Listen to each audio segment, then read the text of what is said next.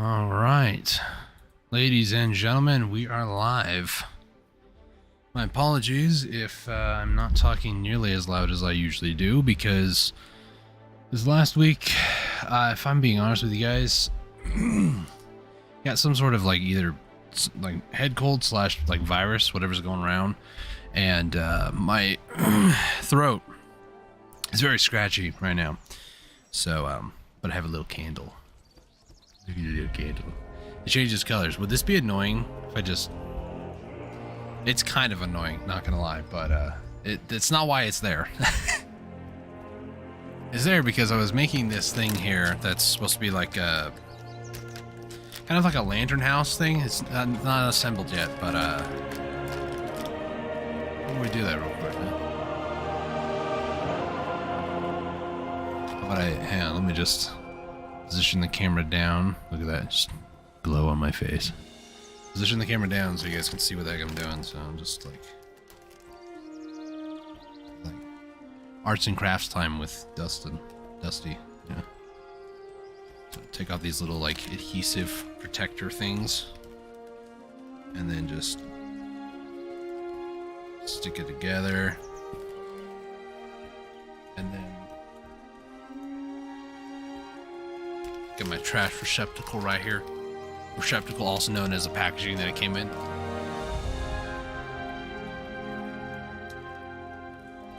How does this work? Yeah, I got this. I think. Just gonna go like this.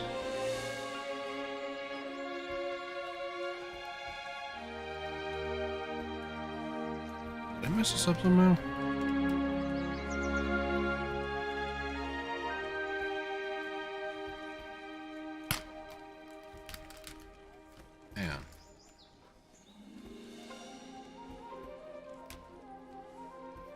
I don't think I did. It's just, it feels kind of weird to me. Is it just because this part needs to be bent?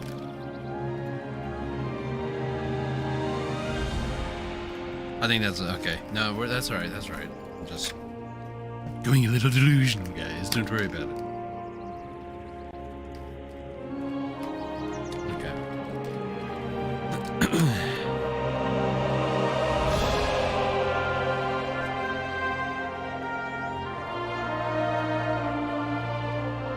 See, I bought all this stuff 2 weeks ago, and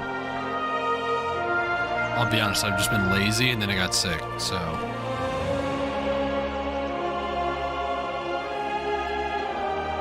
Although I can't say that I was too lazy. I helped out a friend and helped a friend move in the process. So, I mean, I've been doing stuff, it's just not the stuff that I might want to do for the streaming. So now I need this other piece right here.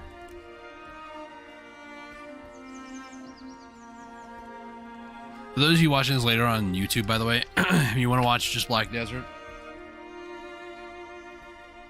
do me and you a favor and just skip ahead, alright?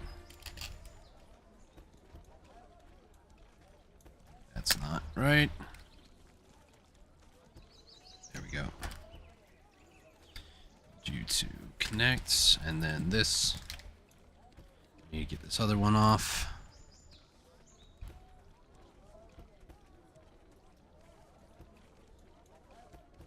It's a perpetual dilemma that I'm always in, where it's like, do I want to go live right now, even though I'm not actually ready to go live? Otherwise I'd be sitting here just in silence. Well, that was very helpful. Sitting here in silence just doing this. So I figure I might as well make content out of me making this. Even though it might not make any sense to anybody. But, here we are.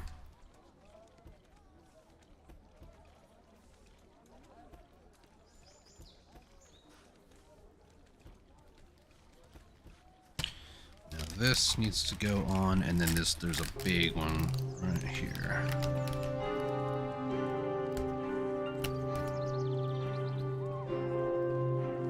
The heck was that noise?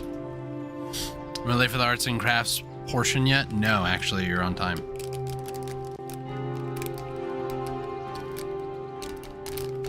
Should not have peeled that off first. Should have folded it to crease it. Alright. Now we got the last, little bit here.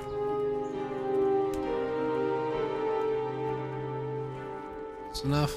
Yeah, it's not perfect, but undo. Okay, we're good. Alright. That. Just make sure that fold is right, and then this last little bit right here.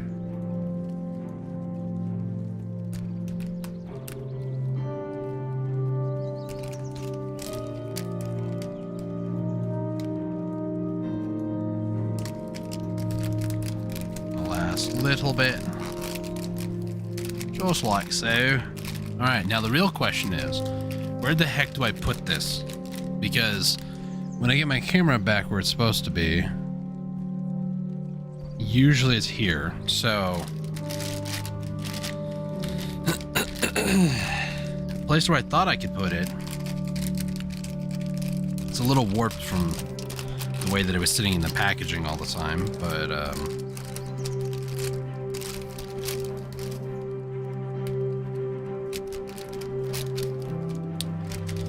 any medication, but I thought this was a gaming channel. It is, yes. I do occasionally do, I've done this in the past though, where like Halloween or Christmas, I've actually gone through and like decorated the set, and that was an entire stream, so. But I've thought about, I got this like old tissue box. Yes, this is a tissue box. It's, it says smile every day on it, and I like to have it in the background just as like, I guess, prop. But I really want to keep the light here, but it's going to distract the crap out of me. But I was thinking of actually putting this maybe over it, like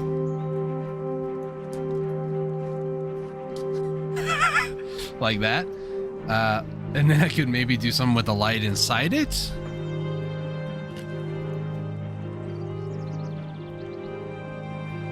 As long as the light doesn't fall inside, I'm fine. It doesn't want to stay on top either, so give me like 2 seconds. Try to find something, maybe a card or of some kind, maybe. Just put that back on there for now, I guess.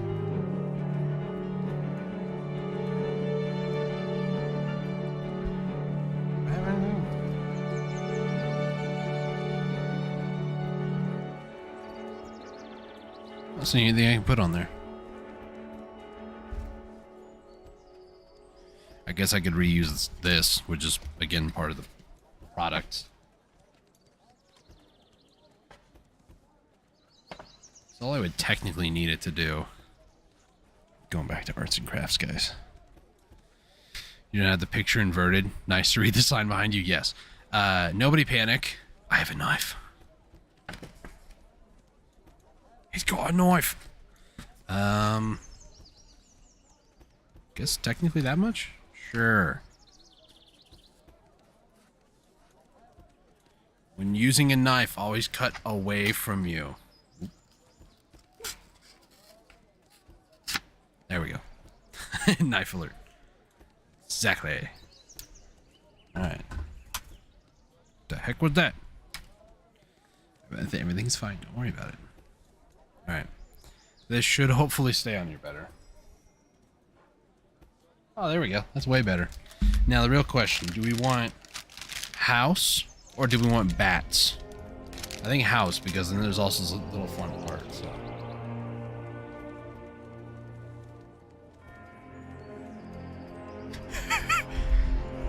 This is the most I've done all day online. It's the most I feel like I've done all day online as well.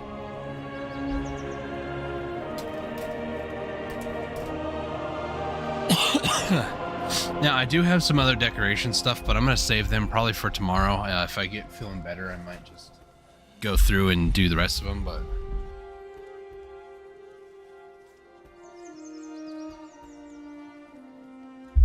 Alright. So, there we go. My little house right over here. and behind it has a secret message called "Smile Every Day." I would like to find a way to like maybe set it up like this. Technically, if I had like a push pin, I guess I could like put a push pin on the wall and then just have this kind of resting on it like that.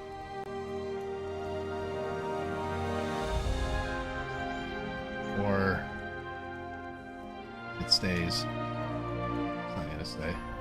There we go. That's not gonna stay. I'll just keep it like that for now.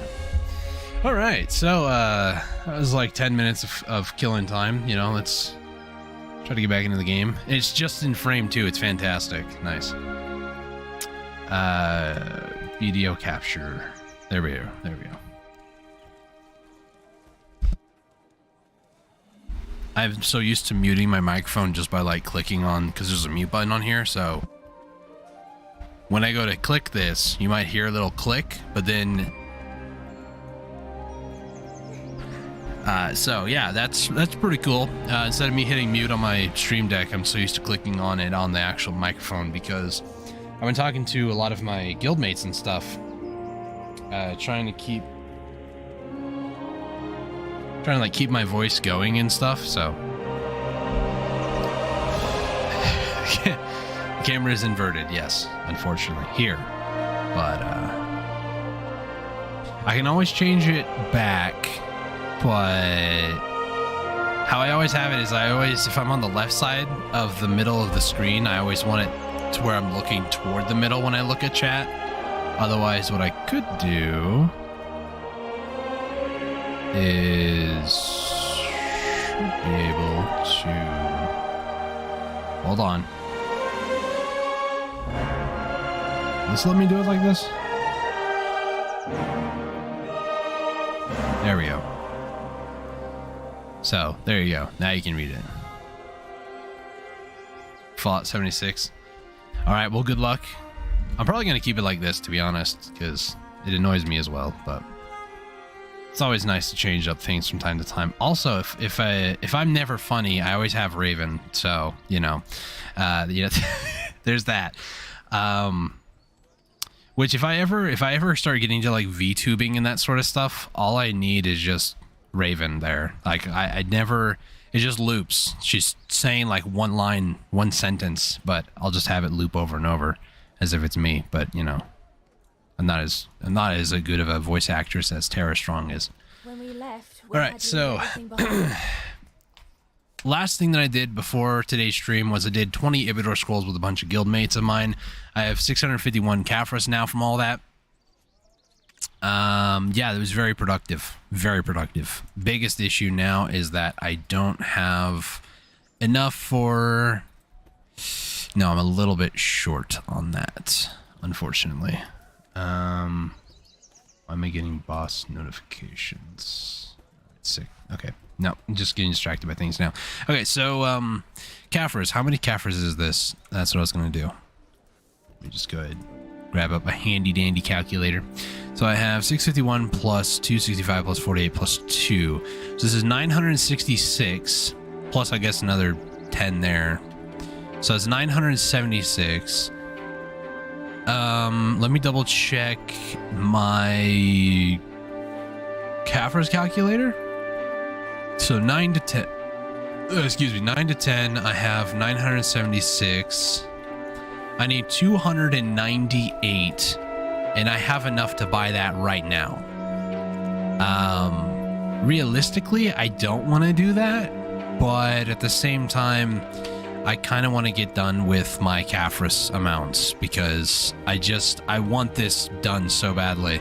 So how many more? 298, that's like another day or two. I think I'll survive a day or two more of grinding. So for now, what we're gonna do, we're gonna head all the way up to Velia, because that's where I put a lot of my stuff at.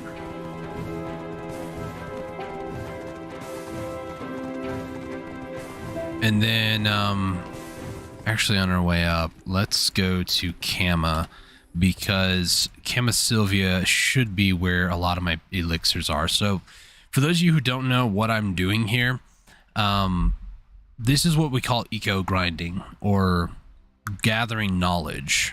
If you hit H on your keyboard when you're playing the game, I don't know what it is for a gamepad, but if you go to the knowledge section, you can see how much total ecology points that you have. In my case, we have 7,235. This amount here is going to increase over time as you're doing things. This is mainly related to S ranks, S, A+, A, B, or C. As you can see, the only advantage of having like an A rank versus an A+ is 3 more points. The advantage of having B or C rank to an A is only 1 point. But if you can get everything up to S rank, you get 10 points. Now, for those of you who might be new to my channel, I was doing some ecology stuff a couple of months ago. So a lot of the beasts, imps, nah, not really imps.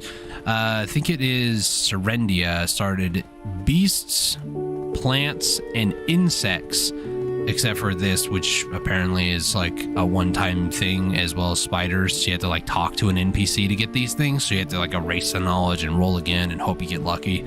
It's a process. The easy to obtain beast, plants, or insects of an area is kind of what we did all the way through, I think, Media. Yeah. The last time that we did this, I was doing Media, and that took a very long time to get one of them, which I don't even want to think about. But now, for the most part, it's just creatures of Valencia. I don't see anything that's not considered a grind spot, or oceanic creatures for that matter. So for those of you curious, what we're going to be doing is we're going to be going through each of the locations and just going for non-grind spot mobs. Anything that's not an S rank, I want that as an S rank, preferably by tonight, but we'll see about that one. Valencia is such a huge area that it's going to take a very long time for us to get all of them, and I don't expect that to happen tonight, but we'll make some progress and hope for the best past that. Is this saved? It is. Also, I have done a lot of gear advancement as well, so go check out the link down below, as well as my updated PVX skill add-ons for Kuno if anybody's interested. You can also pause the video here if you want to check these out. Essentially, it's PVX, so like technically you can do a more attack or less DP debuff, or less DP on the mob itself, or more attack versus the mob. There's like a PvE specific one, but I changed it to be a PVX, so a PvP sort of thing. So just in the off event that I actually run into somebody and they just want to take my spot, I'm taking a hit on trash loot per hour, but at the expense of being able to hopefully kill another player a little bit faster. That's my goal. Plus, I take quite a few people who are a little bit lower geared than I am around to certain places, so I'd much rather try to at least not just pose as if I have some teeth, but actually know how to bite down on people who are just being unruly and being rude toward me and maybe a fellow guildmate or a fellow friend of mine, you know? Alright, so let's go ahead and grab these. All of them, actually. And then now that I have that, we are going to head up to Velia.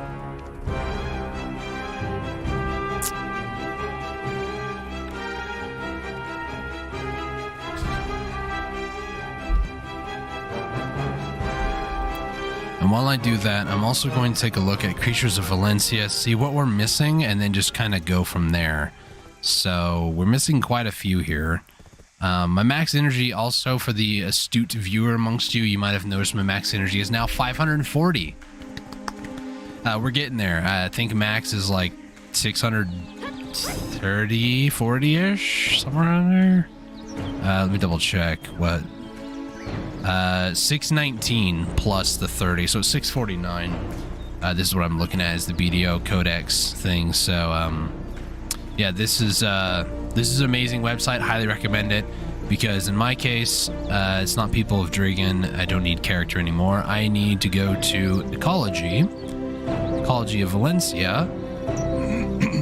Does music sound loud? It looks loud to me, but it also might just be. I'll turn it down a little bit in the stream, but it should be okay. Creatures of Valencia, these here. I also can't really talk loud either, so there's that. So if I ever start talking really quieter in comparison, then I might have to do some mixing on my side. So just letting you guys know. Gorgo, Cobra, we don't really need. I'm just going to be going back and forth, so for now I'll just keep you guys in game here. Let's see, Creatures of Valencia. So ones I need to open up are Desert Scorpion, Sand Spirits, Leighton. Those ones are going to be fun. I'm assuming this is Margos, Miker, Newt, Cocoa Bird, Kelop. So Margos, Miker, Newt, Cocoa Bird, Kelop. And then we skip down to Hobobat. I don't know why there's a Hobobat in the game, but there is, guys. Kisleeve, Harpy, Mage. Kisleeve, Harpy. Tombbat, Crab. Desert Cuckoo Bird. Desert Iguana. Scroll down. This is Dry Root Camel. Valencian Mountain Sheep. Sand Ceratops. This question mark Valencian Female Elephant. Giant Desert Scorpion, Valencian Lion, and Stone Mountain Turtle Dragon. So these last 4. Right? Yeah. 1, 2, 3, and 4. Okay. So now it's just a matter of finding out where the heck all of these things are, and then just, you know, kind of going from there. Obtained from Leighton's. Is this... found him, though, some months ago, but I gave up. My gear is way better now. I found him on the way between Pilgrim's Haven toward Valencia City, closer to Valencia City than Pilgrim. Here's some info. Does not despawn immediately upon daybreak. 2 locations I found, they appear only after 10 p.m. Really? So Leighton is going to be kind of a meme, it looks like. There's a video, apparently, of it, so I'm not going to deal with that. Margos. So, these ones are also way over there. These ones are also over there. So what I'm going to do is I'm going to kind of separate this up amongst, like, what is Western and what is Eastern. Now it looks weird for me doing it like this. For you guys, Western and Eastern, but, let me go ahead and actually, I'm going to change that back. Transform, flip horizontal, thank you. Okay, so looks like Hobobat is going to be like one of the first ones we actually do. Kisleeve Magic Harpy is another one. Kisleeve Harpy is another one. Probably should get out of the acknowledgement. What? Let's see, there's this one as well. Desert Cuckoo Bird, this one's actually going to be one of the first ones. Desert Iguana, this is another first one. Dry Root Camel, this one can be like after the Kisleeve.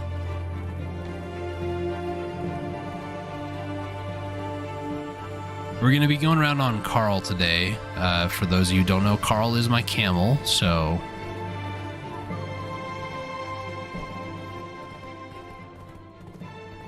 That over there.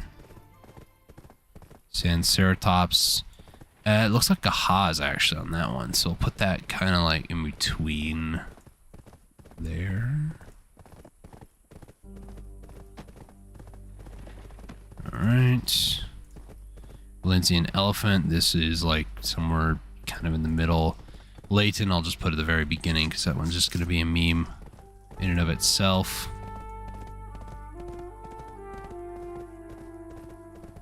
Where did I put the elephant one just now? Ah, there it is. So this one's going to be like before these ones. Yeah, it's the same one. Oh well. Giant Desert Scorpion. These ones are going to be kind of near the beginning. A little bit.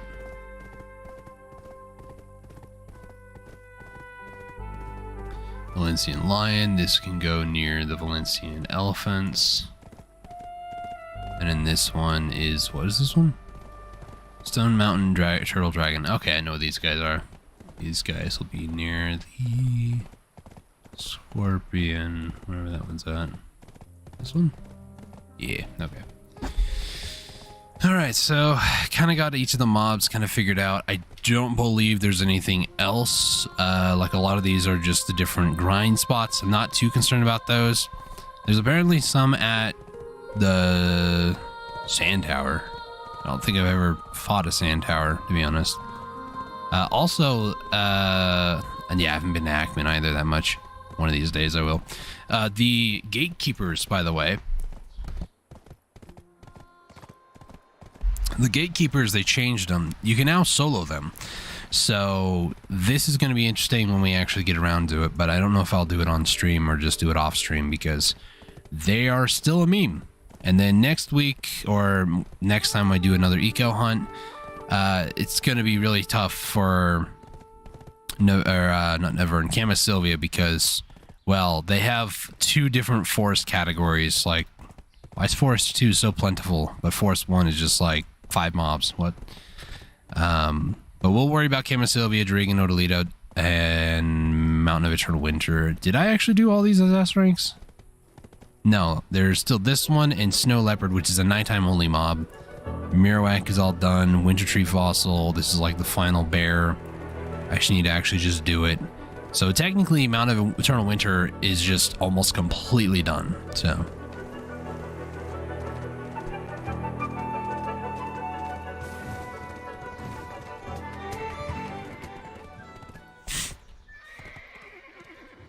Okay. Go ahead and put some of these things away.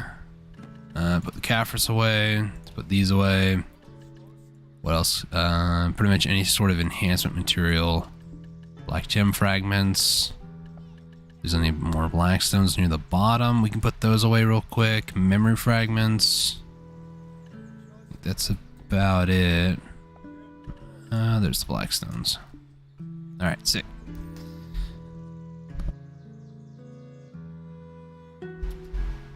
Alright, not too shabby. I don't think there's anything that I needed out of here. I just needed to put that stuff away. My guild and I finally did con for the first time this last week. It was actually pretty nice. I actually do need to put these away. And that's Massive Pure Magic. We need to put these away at some point. Not here though, I don't think. Is there anything that I can take out of here? I guess I can use that, so that way my workers still work. I think that's it. Hop off my horse here for a second. Grab this. We'll do extra life and Verder Draught.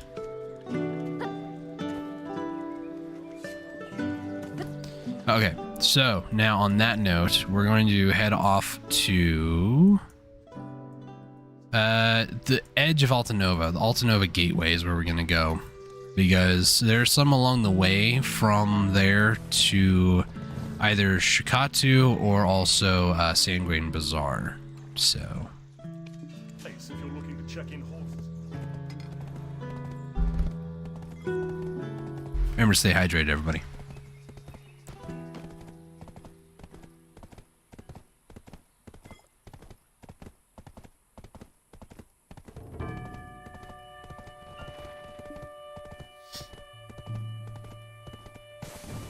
Okay.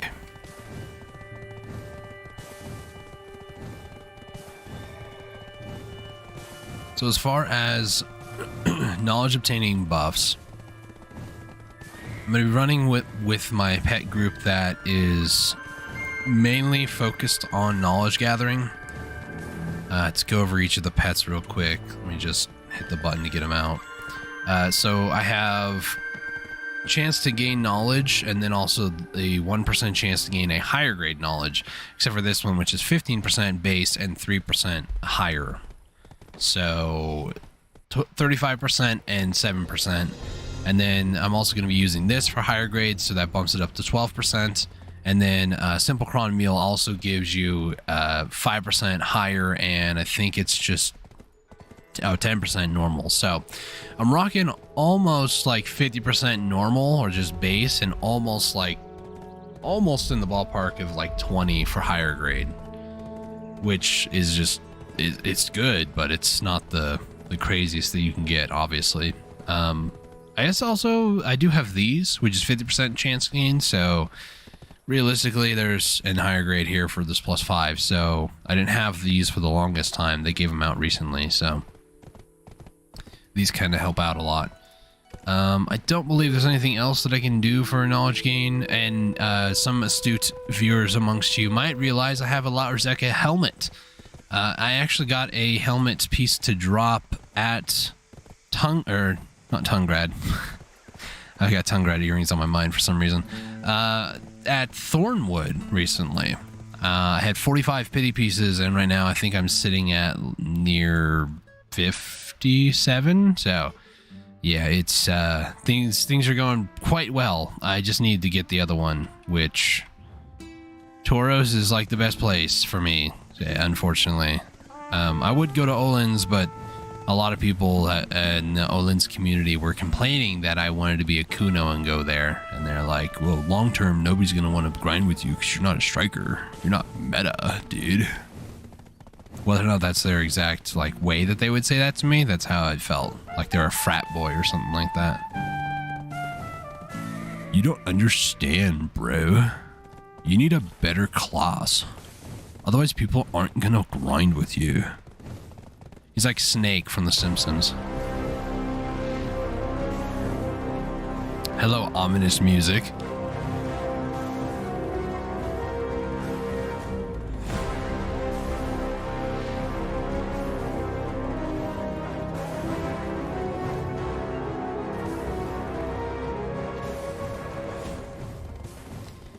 The only thing missing from me impersonating Snake is just throw out a couple of, totally. That's the only thing missing, really. Rad. For those of you who have never seen Simpsons, you don't know who the heck I'm referencing. For those of you who do, hopefully you appreciate. Whoa, little dude.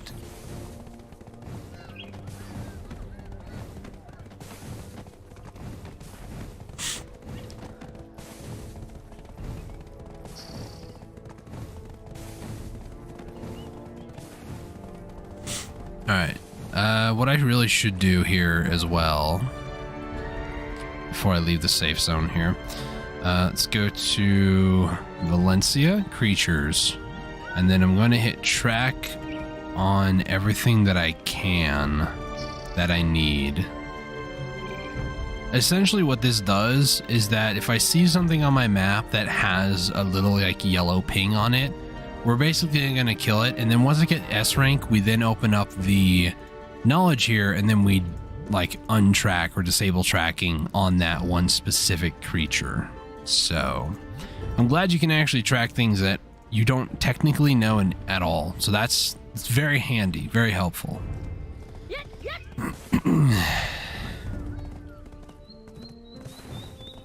Now we just stare at our map as we go through, and it looks like, oh, there's somebody over here from my guild. Looks like they're up above or down below. I'm not sure which. Yeah, I need a cough.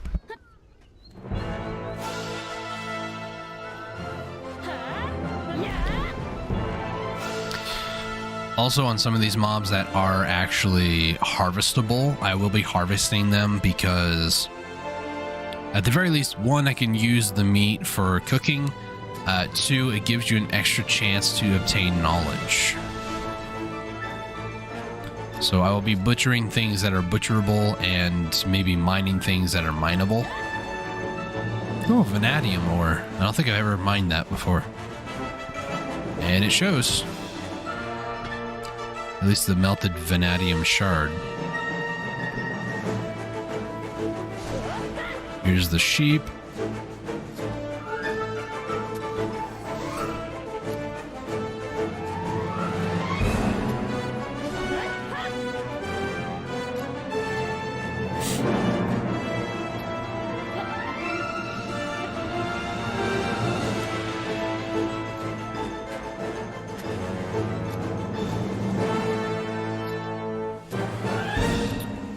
find the node for this one. There it is.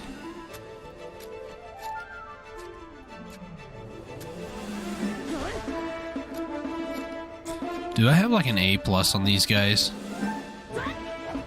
Well, I guess I won't find out.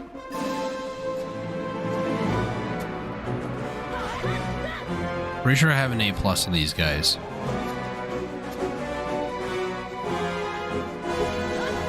Triceratops is only C. Oh gosh, this is just... Oh, please don't take forever. Desert iguana.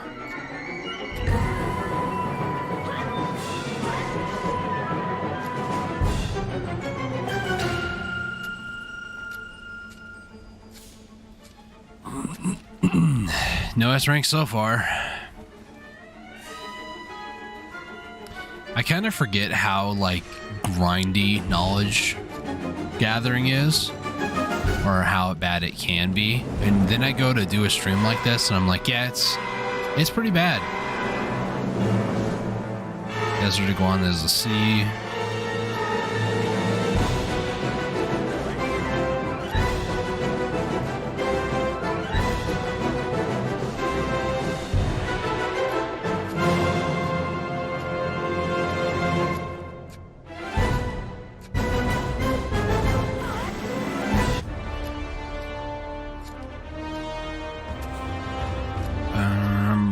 There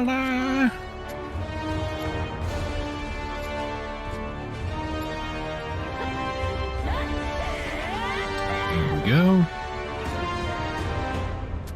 Looks like they all respawn down below.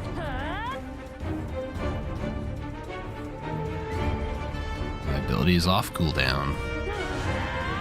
There we go. Guide S rank.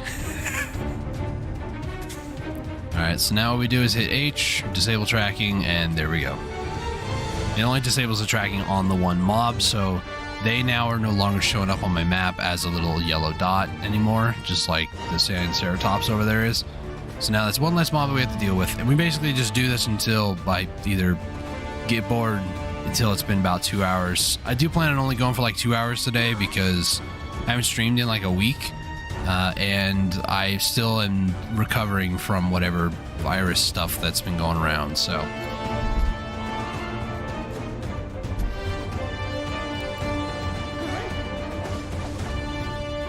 Also, I have some Mountain Dew that might be helping me a little bit with my energy. Maybe. Allegedly, we don't know.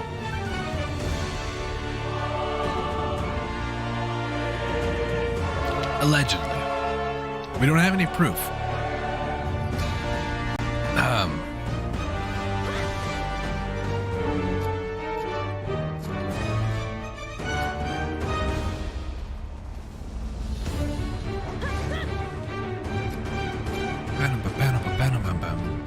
I love Valencian music, guys. Some of the best soundtracks IMO in the entire game.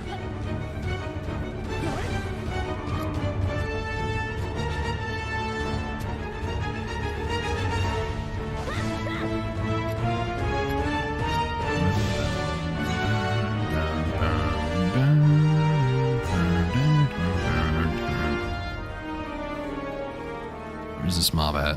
Are you inside the rock? Oh, no, okay. Just casually on top of the rock, okay. Valencia, best music. IMO. Hey, sir, how's it going? Welcome to the stream, man. Hope you're doing better, by the way.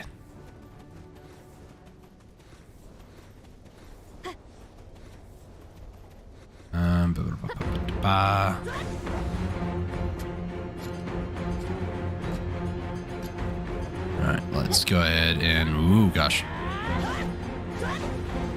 Try to go alongside the road, kind of following it north. Anything I find, we'll just keep going, I guess.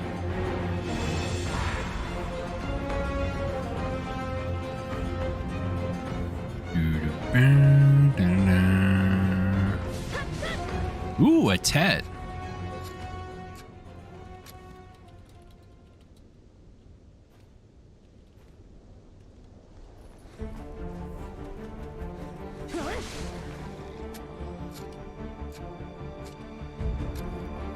They're probably too busy enhancing, so they won't see that message until after the fact. They might be going for a pen, Sissel, which, if that's the case, I didn't see it. In that case, I feel sad. But still, nonetheless, hitting a tet. Whew.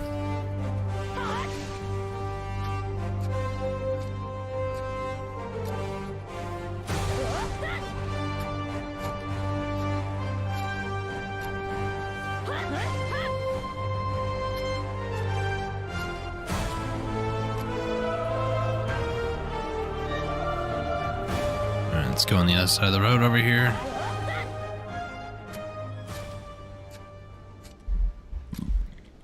Excuse me. There's another duo. I think the tet may have burned. Unless they're just waiting till they get like multiple tet ones and then just tap them all at once. Could be. Me personally, on my journey here, I've kind of had about like this last week to really seriously think about what I want to do. Besides mute my microphone every time I go to cough because I'm just so used to that. The big thing that I want to do is I want to get... Ooh, let's try. Ooh. I feel like I failed to go into a tet. I'm going to purchase probably one. We'll see. I need to get distortion earrings. I'm thinking at least one of these bad boys. It's 20 bill, which is honestly like one of the cheaper options for me. The only thing else at here on out is pens, and Crescent Ring is one of those that's technically cheaper. Technically, it's, you know, almost 60 billion, but realistically, in comparison, Tungrad Ring is like one more AP. That one more AP, they can then justify almost like 60 billion more in money. So for me, if I get if I can get one pen Cressy and a tet disto, what I can do then is I can change this guaranteed from Jetina. I can change this one out for the pen or the tet disto, change this to a pen Cressy, get a second pen Cressy. This is a 5 AP up here, and then whatever a tet disto would be, which I don't remember how much that is AP. It's one more AP minus 4 DP, and I think 2 more accuracy. So I'll get still a gain here. I'll lose 4 DP, which is fine because I'm actually capturing these guys up. So I'll still be at a pretty good DP mark. And then later on this year, oh my gosh, they got another one. Jeez.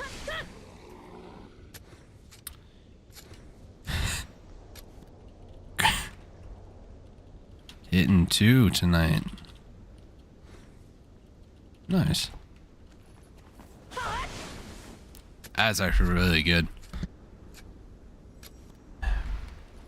I probably hit more, to be honest. I just have only noticed 2 so far. They're just like, thank you. So essentially what it comes down to for me is what's my next cheapest upgrade, and I think getting the tet disto is going to be the cheapest. It's still going to take a long time for me to get the money for it. If I were to just go to Star's End and hope to get like 10 of them and then just tap them and hope to get a tet, that'd be fantastic if I could, because that'll save me like 22 billion worth of grinding. Right now I'm just grinding for Caphras for Caphrasing my gear. With the introduction of the new region that they're going to be coming out with, they claim by the end of this year, but realistically I'm giving them like an extra 4 more months because it's kind of what they did with Mountain of Eternal Winter when they went to like voice everything over. They're like, we're going to need some more time to do that for English speaking people. So it was delayed by like 4 months. So I'm kind of expecting sometime in April next year, personally, unless they've learned the error of their ways and are actually being more efficient this time around. I don't know, but it'd be kind of cool if we can get it when they actually claim that they're going to do it, which, I don't know. I'm very indifferent toward new content comes out. When new content comes out, I don't care how long it takes. I'm not in any rush because I still am not gear capped, and until I'm gear capped, there's still plenty for me to do. I mean, look what we're doing now. But yeah, the glove, when that comes out, if I get it at least to a +2, it's essentially a C20. It's better than a C20 actually. So I'm okay getting up at least to C10, and then, you know, going ahead and upgrading it whenever I get the pity pieces or the actual piece, assuming that they'll have the same sort of a system. And then from there, we'll just kind of play it by ear. I might just continue grinding for Caphras to then sell once I get my shoes done as well. But yeah, I don't really know, because getting that little bit extra of DP from the gloves, once I finally get that to like a +2, that'll be very helpful. Getting the C10 on the shoes is also going to be helpful. Eventually I can actually exchange out the Tet Tungred that I have for a second Tet Disto, and then just rock the 2 Tet Distos, 2 Cressies. Maybe work on maybe a belt or something that might be cheaper, or a necklace. I don't really know for sure. My goal is to get to a point where I could potentially grind places like maybe Crypt or maybe Ash or maybe Hex. Find out where Kuno actually fits amongst the meta. They're also going to be reworking the, people call it Calvion Elvia. They're going to be changing a lot of the money potential from some of the other spots that is not Hex or Trolls a little bit, because Hex and Trolls are like 2 of the best places, predominantly Hex. So I don't really know. I don't really know what I want to do personally. I personally have been enjoying a lot more group content these days, so I'll go with people who are in my guild who are not as geared as me, but pretty darn close, and we'll go to places that are like solo spots. For instance, my guild leader, and people can say what they want about going like 2 people to a solo spot. It is totally worth it, by the way. Excuse me. My guild leader, he me and him went out there to Jade Starlight Forest. I've already gotten, I think, 3 flames now. I've crafted 2, and then 1 has dropped for me, and I'm like well over 50 embers for my 3rd crafted flame. We turned on order looting. Now basically what that does is, if you're in a party with like 5 people, it'll go down the list. So if I kill a mob and I'm the leader, I'll get dibs on that first one, and then the next person will get the next mob, and the next person will get the next mob, and so on and so forth. So the more people that you have, the less loot you get overall, but there's more people clearing. So technically, you tend to go through things a lot faster. Me and my guild leader, we were over there, and he dropped the flame in less than an hour, and I was with him, helping him. So for those of you who say that it doesn't work and that it's nothing but BS, it totally works. I've helped him get several embers after that, and a couple other guild mates of mine as well, other officers or other just like general members.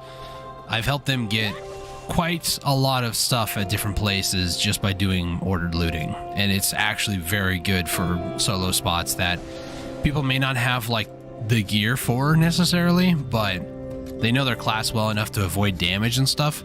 It's perfect for people like that. So I recommend, if you are having an issue and somebody doesn't mind helping you out by like taking you there, put on ordered looting. That way, you know, it has to go back and forth.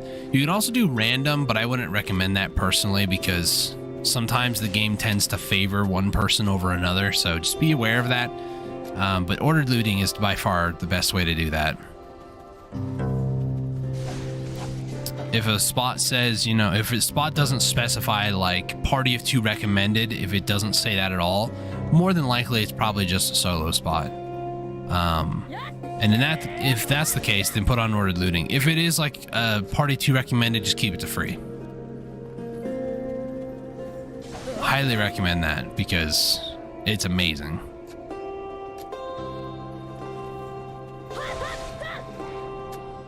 I think an Ash might be a good place for me once I get enough DP. I want to go either Ash, Crypt, or potentially Hex. Maybe Trolls. Awake Kuno has a lot more AoEs, so anywhere that the AoEs can just take advantage of mobs, the better. Single target damage, she's not terrible, but Secession is definitely what you want to do for single target damage, which is why Secession is also a lot better in PvP. Almost forgot what it was.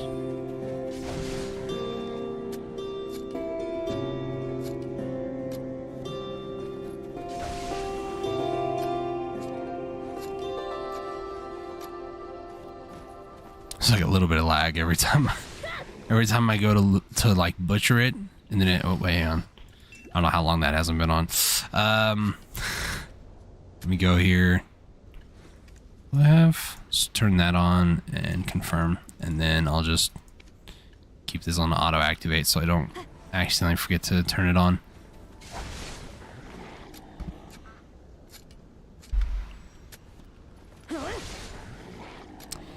So yeah, that's it's kind of what I've been up to these days. Taking players, whether they are... Nobody that I'm taking is like drastically undergeared, right? Some people, depending on what you want to believe, they might be, but their knowledge, like head knowledge about the location because they've been there enough, is like makes up the difference in terms of their AP, DP, or their gear score. So realistically, I still have fun, and they seem to still be enjoying it too, and mainly my whole focus is to try to help out as many people as possible along the way, whether they want to or not. Oh my gosh, somebody in the guild just posted that they probably just spent $100 on a pearl box. Hey, Sanceratops. Alright, so disable track. King. That sound effect of it going there was a little alarming, if you ask me.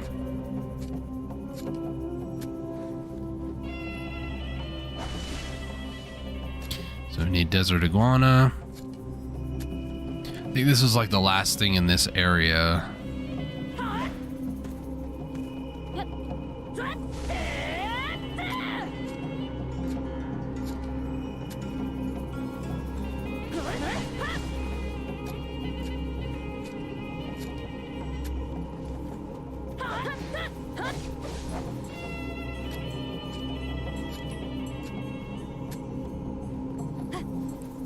Person is still at it, huh?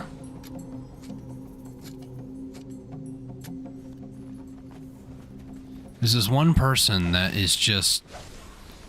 They tend to kill some people in my guild who are like low gear.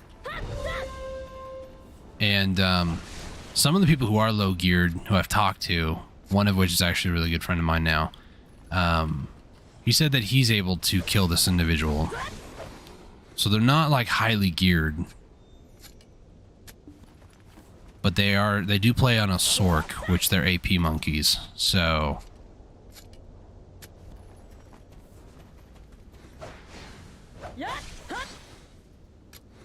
somebody actually doing P the face scrolls.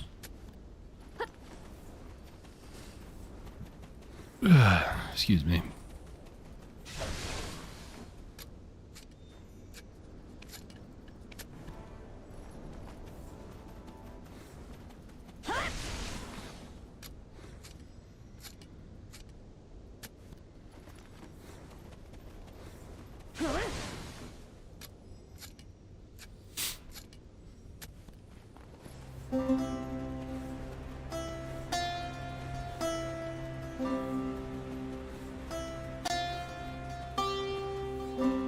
Alright, we have to go back up over this way again.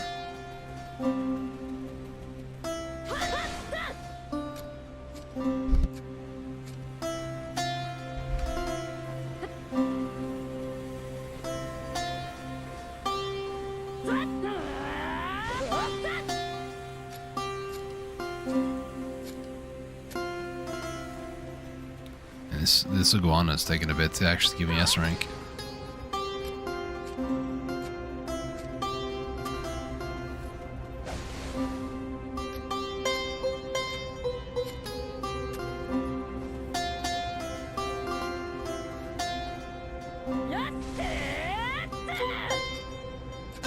Not gonna lie, as much as I was hesitant about going over to the desert, I was also looking forward to it because the music. I swear I'll stop gushing over music and stuff in games when I stop playing them. But music and sound in games is just, if it's done well, it's done well, you know?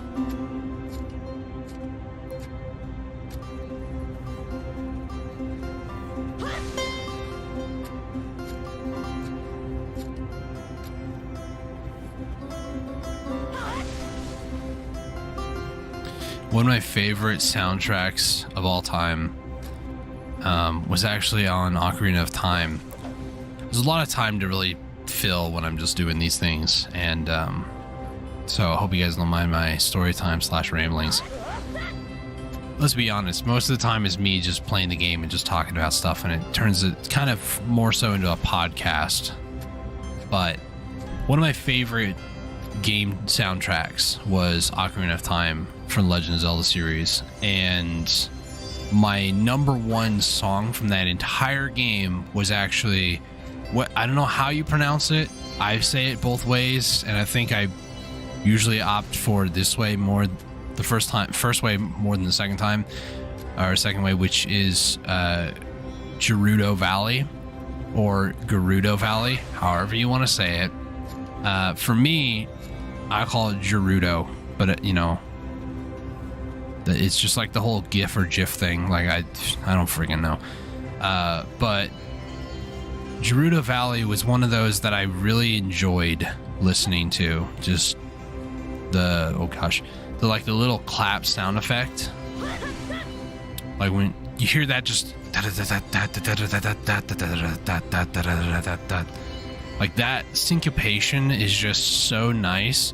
And then you pair it with like kind of like Spanish guitar sort of environment. Like this song in particular, I'm not sure if it's actually a sitar, but it sounds like a sitar amongst other stringed instruments, and it just sounds so like atmospheric, you know? Something about songs that are just atmospheric, that just fill an atmosphere, that just feel really good to me. I don't know what it is, really. Also, this ping has been on my map for days now. It's bothered me. Alright, moving on. Songs that have just had that sort of atmosphere. I think that's why, in a lot of ways, I really enjoy Metroid music, because they don't really have, like, a key that they stay in, per se. But the whole atmosphere has a certain vibe to it that they stick to the entire time.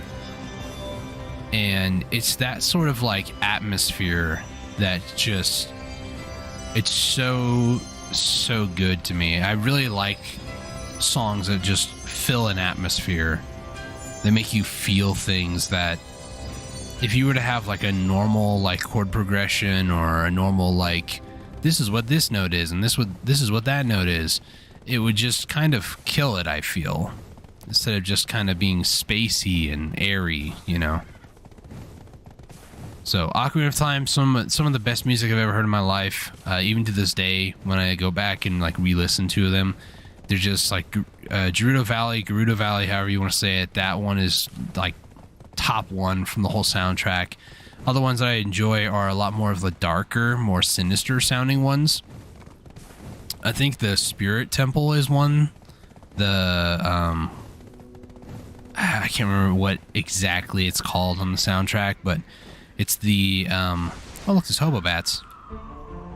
It's the, what is it called? The Spirit Temple, I believe, is what it is, where you go back and forth as like adult Link or kid Link. It's whatever that dungeon is, where you get the like hover boots. That soundtrack, it's another one I really enjoy a lot.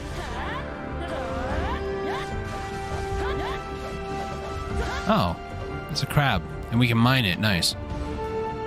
So this is another chance to get eco from the crab. There's another one over there.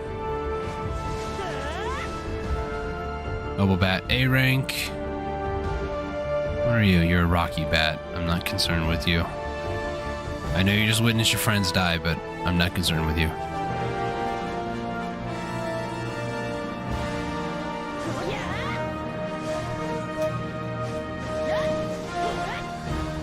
Alright, well, we got an A rank on the crab.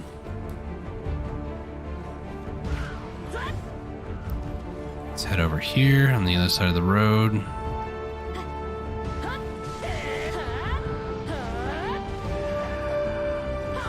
That was definite lag spike.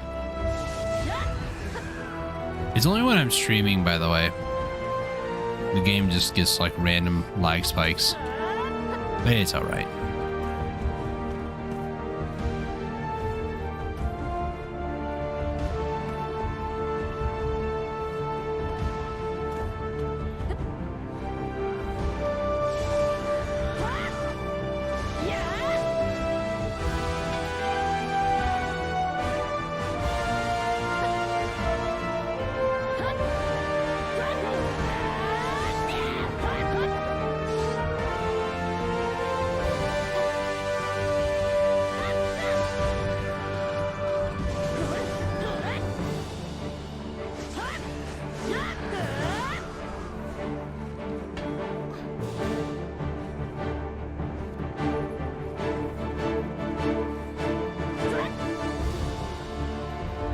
Not seeing any more down there.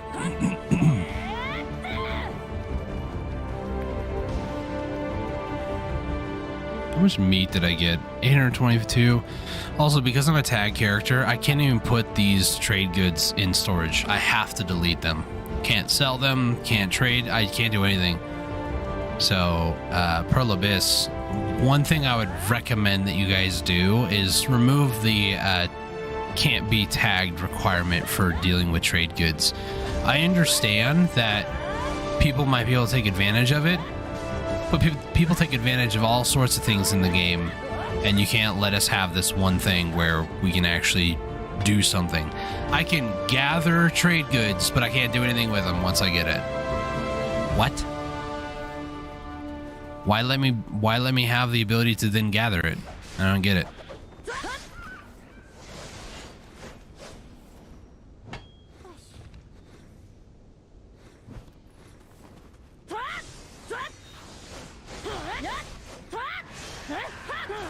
Oh, I should turn that off.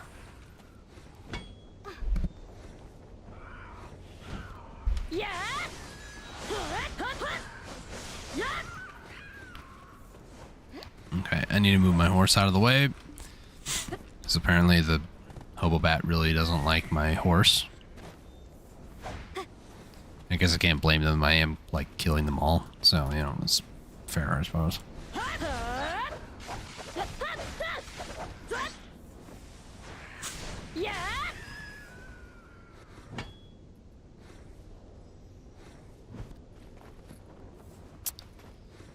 Alright. Now I just gotta climb this mountain again. Is that? No, it's not.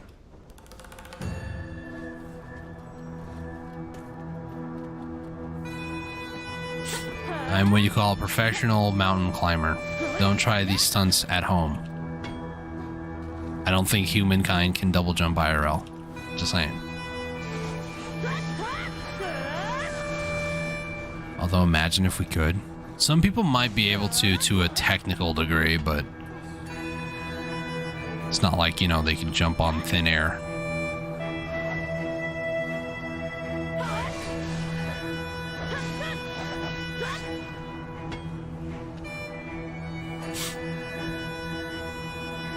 Alright.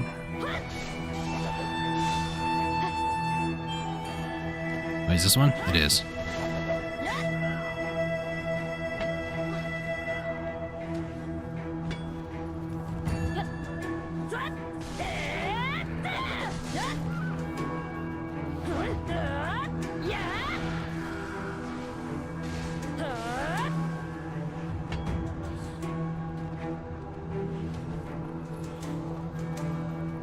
I don't know how many more times I need to do the loop, but we're just gonna go until I get the ones I need here. Hobobat and the crab. Is this the crab? No? Okay. Thought for a second it might have been.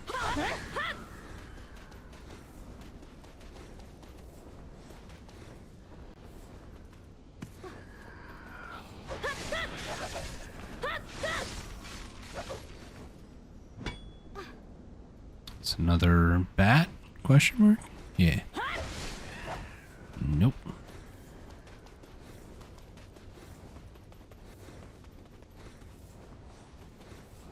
Actually, go here. Get these ones.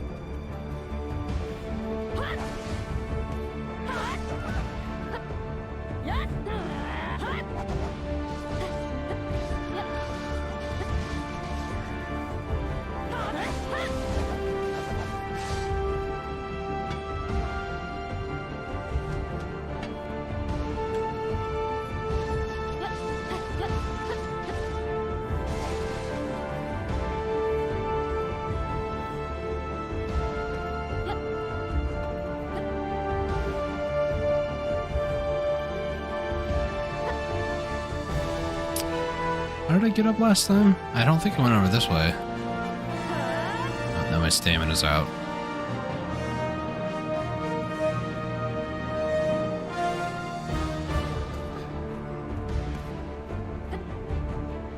Let's find different ways to climb this mountain. I don't care. Also, recently, again, I know that I beat this already on stream, but it was on Twitch. I've been getting this craving again to play Celeste. Now, I'm not going to guarantee anything because I've technically already beaten it, but that game was just so much fun despite being one of the hardest games I've ever played in my life.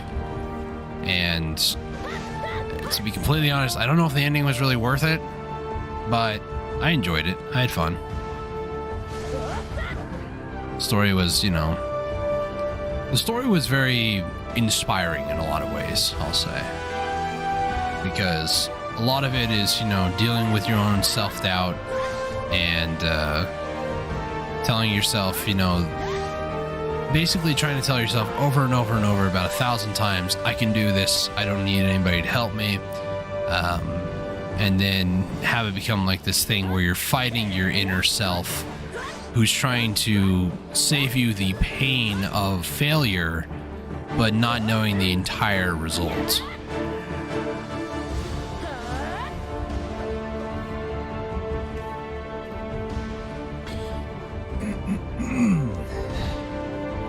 It's a very fun game, for sure, by the way. If anybody wants to go ahead and give Celeste a shot, I say it's fantastic. If anybody has ever played Minecraft enough to get the pig step sound, or just have heard it, Lena Raine is the one who made pig step for Minecraft, and she's also the artist for the actual game. Like every single song inside Celeste, including Farewell, was Lena Raine, I'm pretty sure.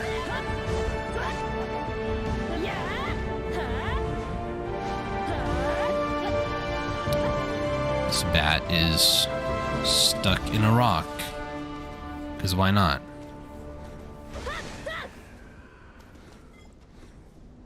I look away for 2 seconds.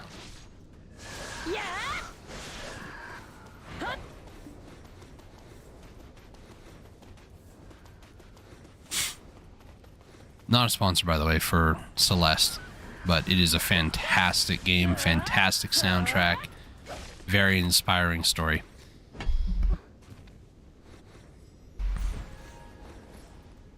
I will say, for those of you who don't enjoy platformers, probably not the best game for you, but they do have like kind of, well, not kinda. It's called assist mode, where you can basically become like invulnerable. You can't like die from things that would normally kill you. You can get like infinite dashes, things like that to help you along your way in the game. So Realistically, there's kind of like an easy mode and easy mode plus, depending on what you want to add for like modifiers. So if you wanted to play the game and not have to deal with the soul-crushing agony that is the game sometimes, you can do that. You'd have a much better time playing the game than I did. I'm going on top of here because if I remember correctly, a long time ago, there were some harpies up here. And I think those are who I need. It's to the right-hand side of the rail, or the road here. Yep. How I remembered this, don't ask me. I don't really know.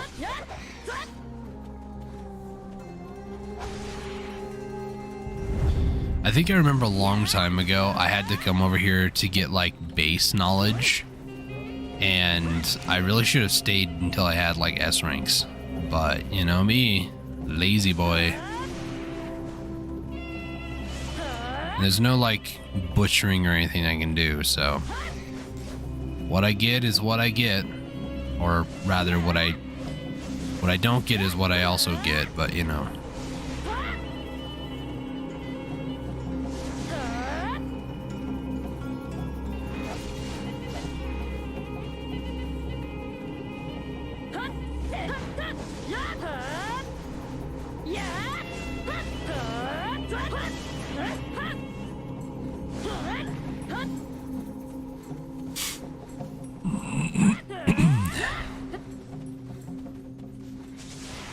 Few harpies over there.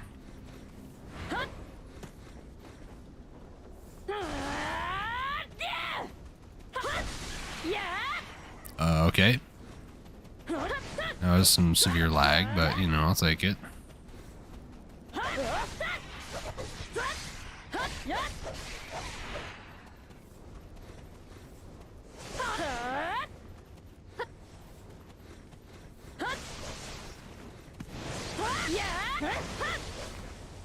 Can I hit everybody from here? Technically I can, yes. And that's the biggest AoE range on Kuno.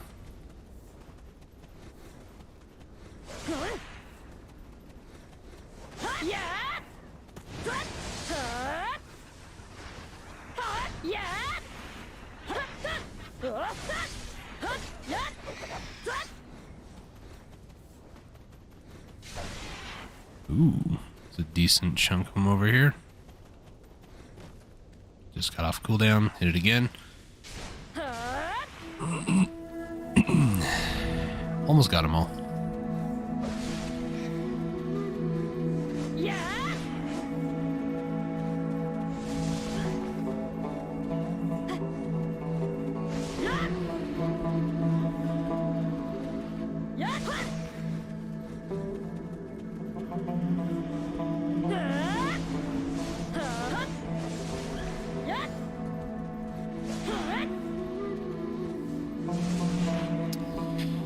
All right.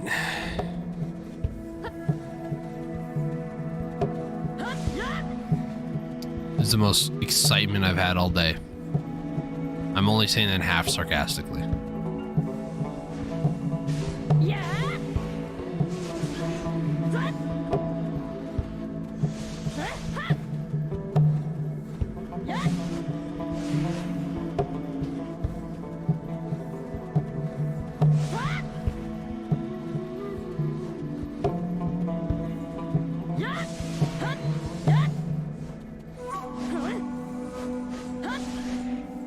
Alright.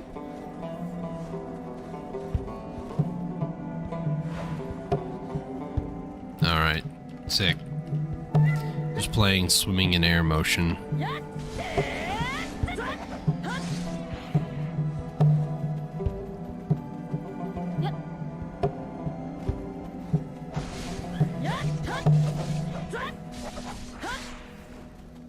This hasn't respawned yet.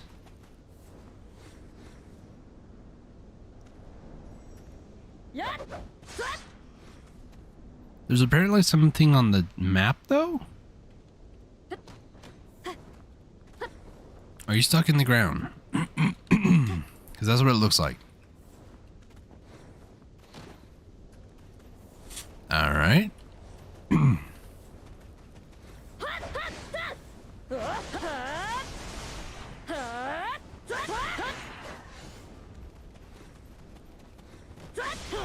That one wasn't dead, okay.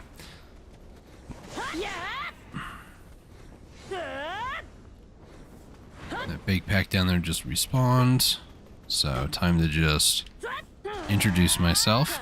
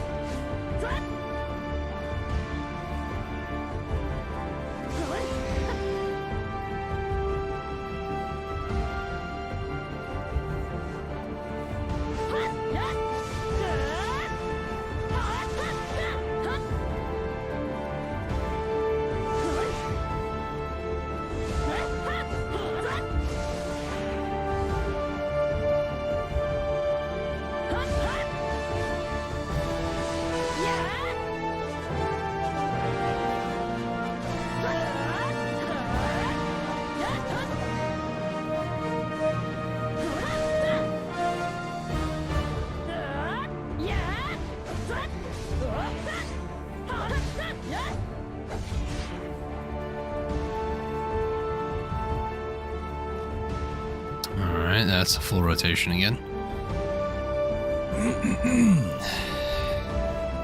Oh, there's another pack in here, okay. This is a good kind of looping point, really. Gives the other side a chance to respawn all the way. So we can hit that pack, hit this, and then the loop has started. Usually by the time I start getting used to a loop, then it's like, alright, we're done here, moving on. Usually there's a third one here. There it is.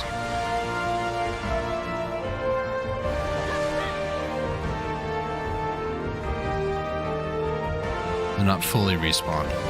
Alright. Yeah. Trying to definitely not drink out of a Mountain Dew bottle.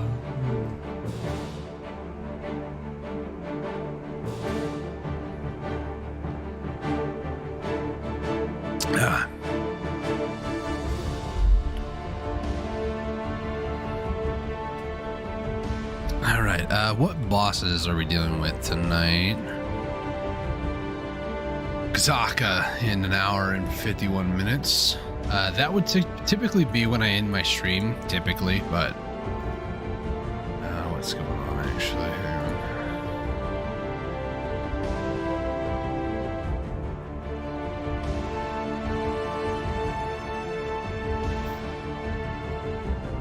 on. Alright, nothing really crazy.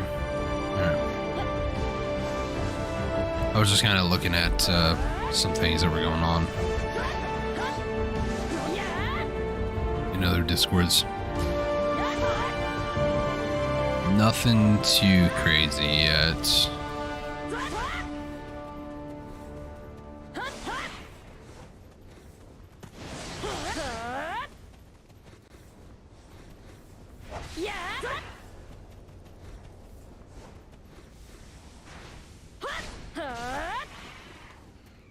Alright, well, they're all dead. Moving forward.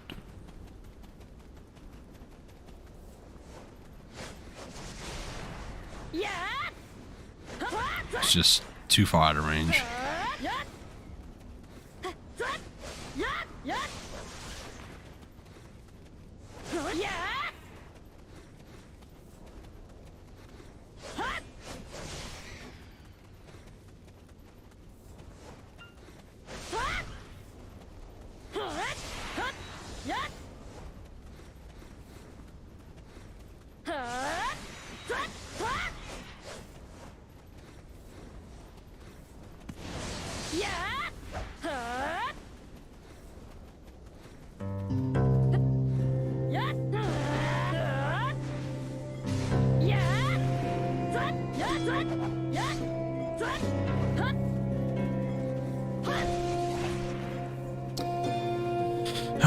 no knowledge yet. We got a little bit when I first got here, but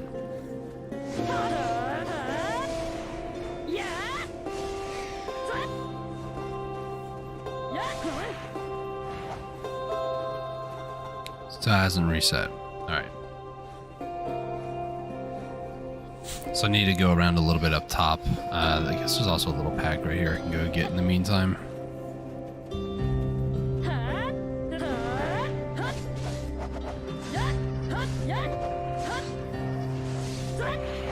This is why I don't do Secession, guys. The range is far too small for me.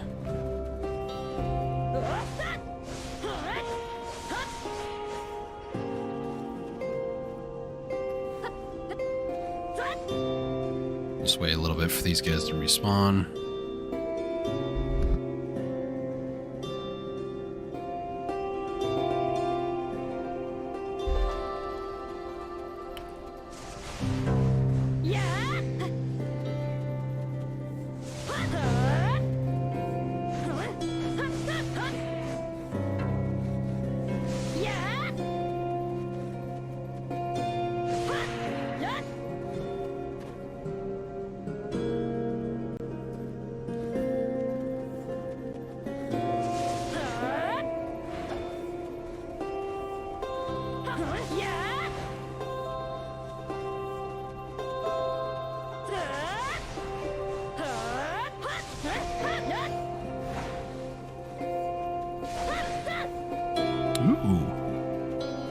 Sealed BMC, that's not bad.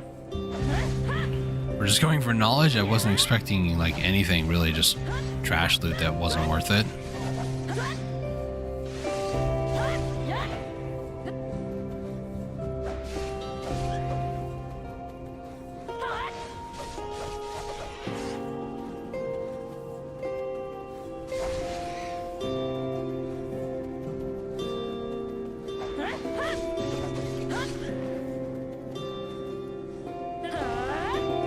Not sure if that was my hair or something, but something felt like it was touching my neck.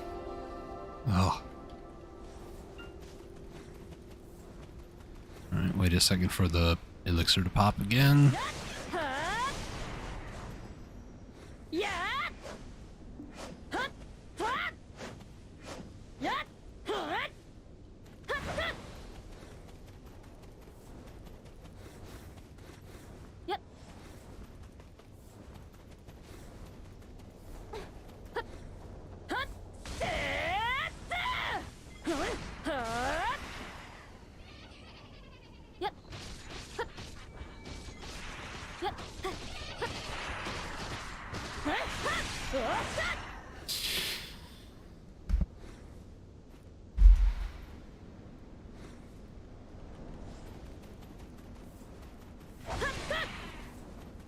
Alright, let's try to go back over this way, give the other area a chance to respawn.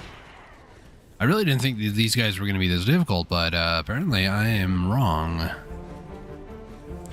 There was a lightstone that I was going to go for, a lightstone, what's it called, set that I was going to go for. Because there's one for knowledge gain that's like another 50% normal chance. And technically, normal chance is not really what I need. I need a higher chance. But even then, it's still just like, kind of a meme, you know?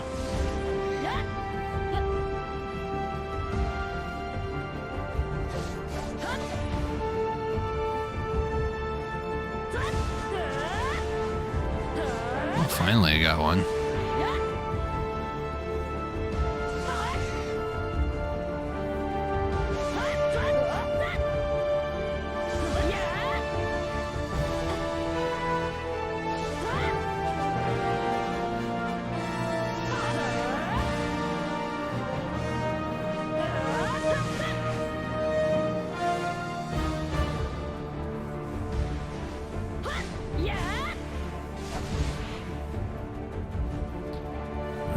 Still no knowledge.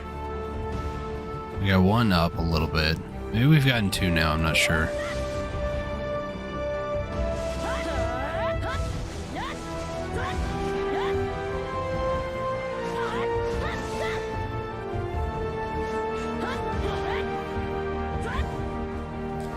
guys, in the end, this is all going to be worth it. 30% extra drop rate instead of what I have now, 23. It's going to be worth it. Plus, I'll be one of the people that actually have 10k ecology. Like, it's going to be worth it. At least it's, maybe that's a lie I tell myself, but it's going to be worth it. Just like when I finally get the Lauerzeka outfit, I'll be one of the people who has it. Notice how I didn't say one of the few. There's a lot of people that have it, actually. I'm not trying to be like one of the first people to get it or anything. There's a lot of people in my guild that are actually going for it.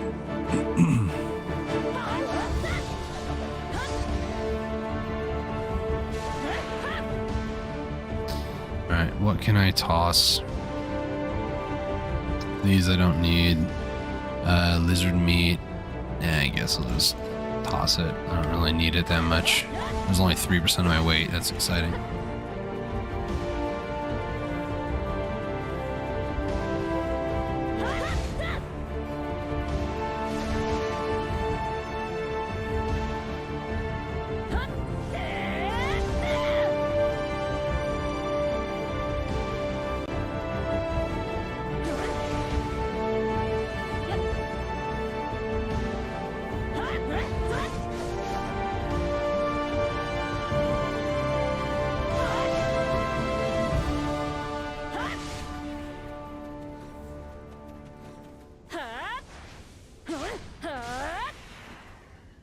Alright. Killed them all off.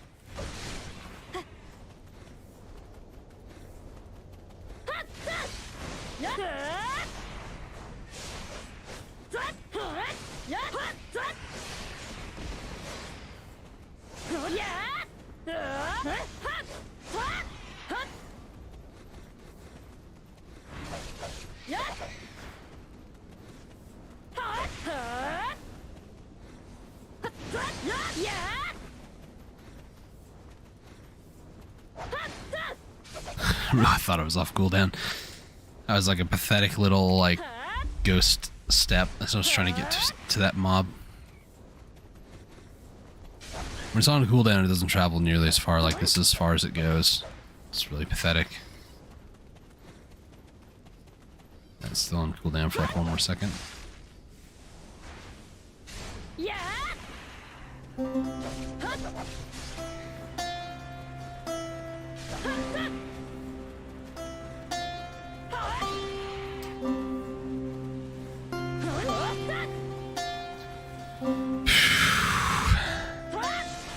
This is some of the most exciting stuff I've ever done in Black Desert, guys. Can you tell the excitement in my voice? Or the lack thereof? It literally could be either way.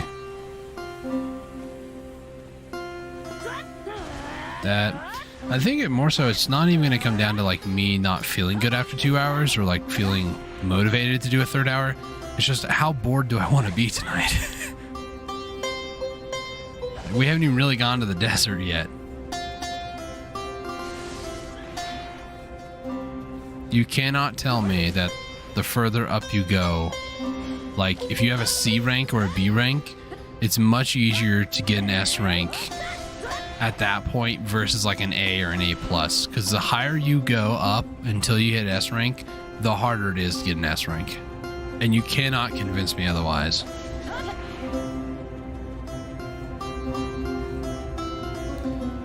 I don't know if that's considered tinfoil, but it is 100% in my opinion not, because of how many hours I spent killing 5 structures, because that's all that spawns in the entire game, to finally get an S rank after almost like 5 hours.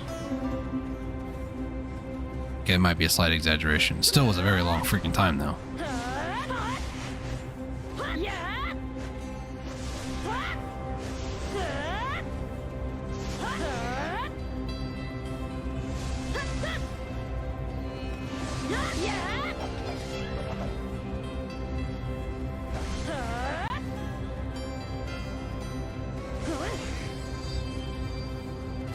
Once you know distances, the rest is just easy.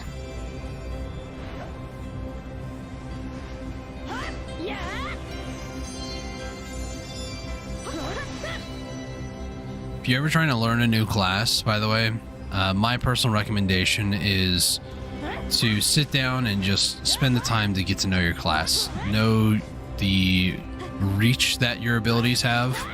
Know that the distances that you can travel with certain abilities.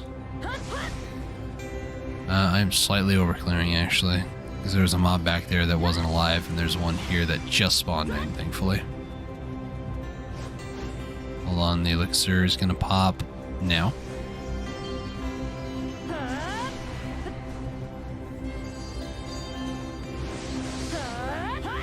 Getting rubber banded a little bit, that's fine.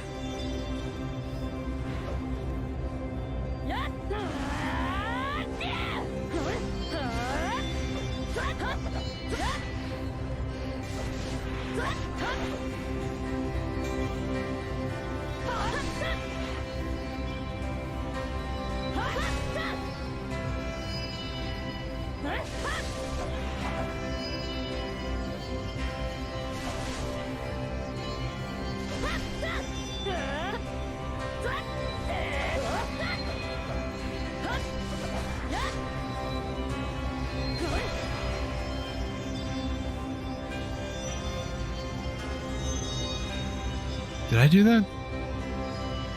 I must have. If somebody else is out here, then I feel like that'd be a targeted thing. Somebody's out here because they know I'm here.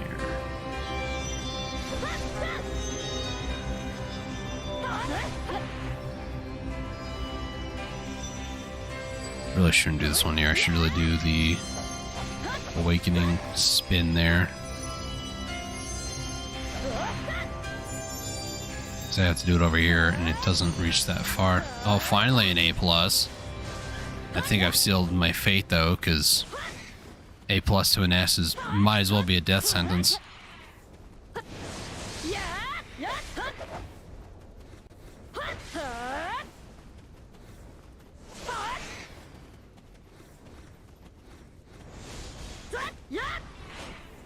Hey, another sealed one. Nice.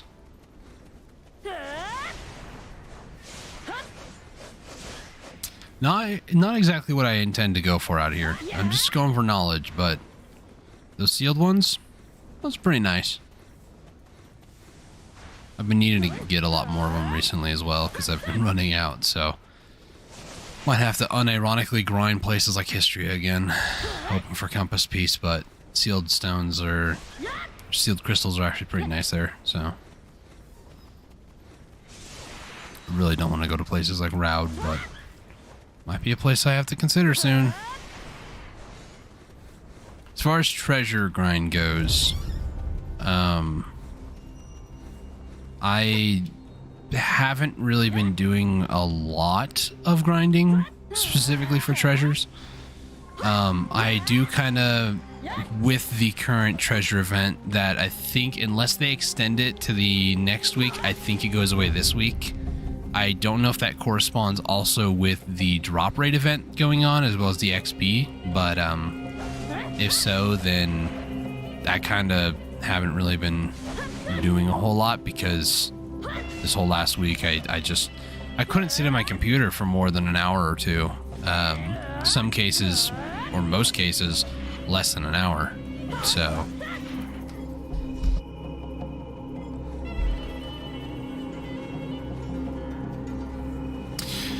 so how it would go is most days there was like for a full day I did nothing but lay down because I just the thought of me sitting up was too much. I got extremely nauseous and just couldn't move.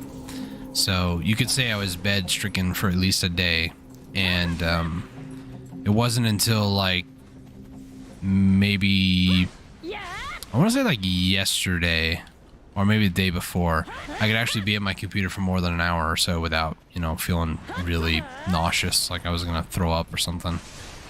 So feeling much better today than I have this whole last week, which I'm thankful for, but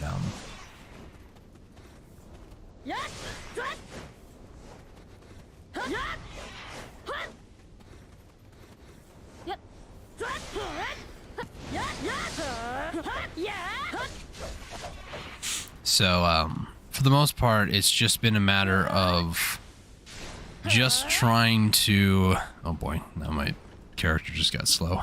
It's just been me trying to be on my computer long enough without feeling nauseous and without getting to a point where... or getting to a point where I can actually be at my computer and not... what's what I'm looking for? I got completely sidetracked. Is there... Why are these magical black clouds here? The heck is that? Let me try to get back to my thought here, because shiny things distract me. So, this last week was very rough for me. Couldn't be on my computer much. When I actually was able to be on my computer, I didn't really do a whole lot still because, well, I'll be honest, I didn't want to overdo what little I could do. And as far as it is, treasure grind goes, I've been doing it at least an hour at Thornwood. I think I may have missed like 3 days this last week, but fairly consistently at least an hour every single day. That being said, Thornwood is where the Ackman piece drops. I don't really want to go to Ackman other than just eco grind, to be completely honest with you guys. So, you know, at some point I do have to go back there, but for now, I would really like if the compass piece were to drop at Thornwood, because then I don't have to go there at all. That'd just be best case situation for me personally. That being said, Histria Upper is... Sorry, Red Guild chat. Histria Upper... Histria? No. Sorry. Upper Gyphon. Not tired at all. You're tired. That place drops the Elton or Tukar Balton piece, aka the more rare piece at Histria Ruins. I have yet to go there a single time during this event, and I told myself that the next time that they offered it, I probably would live there. And I just don't feel motivated enough to go there, I'll be honest. Plus, the only reason I would want to go there is because the money there is actually pretty good, and there have been plenty of times where people are running, you know, all sorts of different groups and that sort of stuff there all the time, but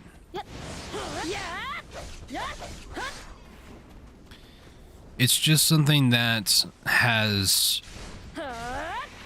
kind of bothered me that I haven't really gone and done a lot of Upper Gyphon and like take advantage of this, because there's a lot like slimmer of a chance that I'll get the piece to drop over there, because there's more Tukar Elton or Baltons or whatever they are at History of Ruins. There's like a rotation that's like there's a lot of them in it, and the most amount of crushers you can get on the Upper Gyphon is like, I want to say like less than 15, and I want to say that there's definitely more than like almost 20 in the rotation that's in Histria, and it's a much smaller rotation in Histria, so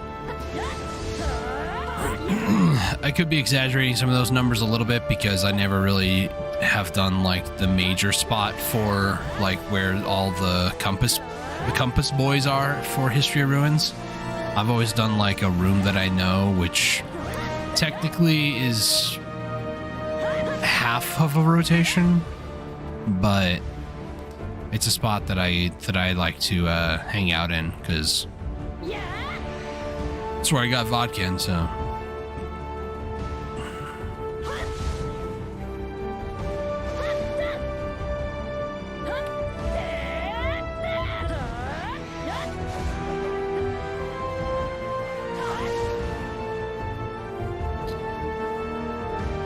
How long have I been here?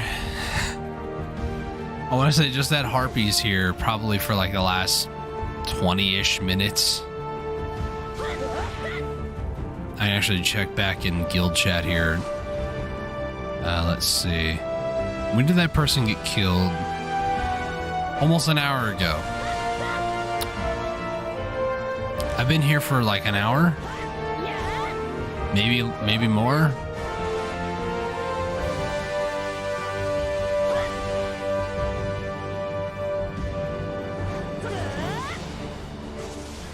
I'm starting to question, did it get S ranks at all? No, A+, that's right.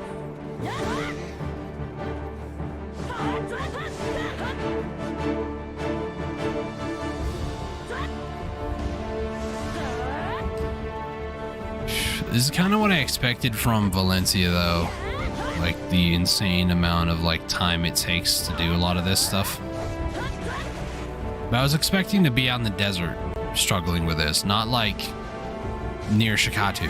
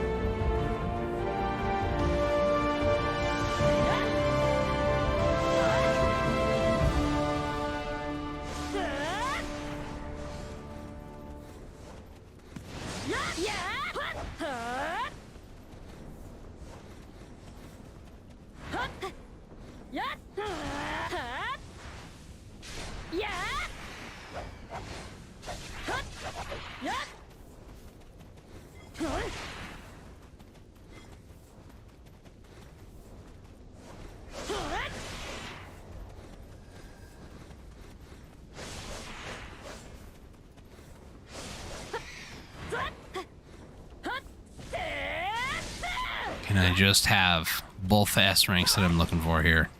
I think it's only 2. And there it is. Just respawned. Thank you for respawning.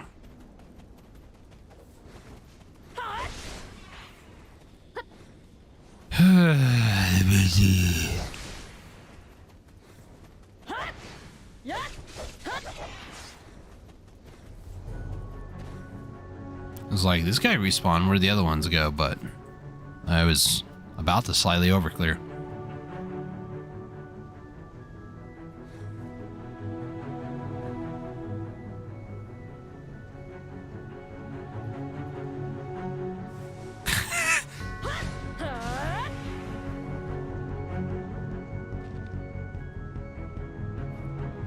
Sorry, I was laughing at something in guild chat. One of my guildmates is over in Blood Wolves, and he was being harassed by somebody. So somebody who's a lot stronger in the guild is going over there. The other person said, "Don't worry about it." They left and everything. And the person who went over has been known to just like steal drops. So somebody else says, "Can't wait for an accidental pot piece, yoink. I watched it happen with Manstrom piece a long time ago." That's funny.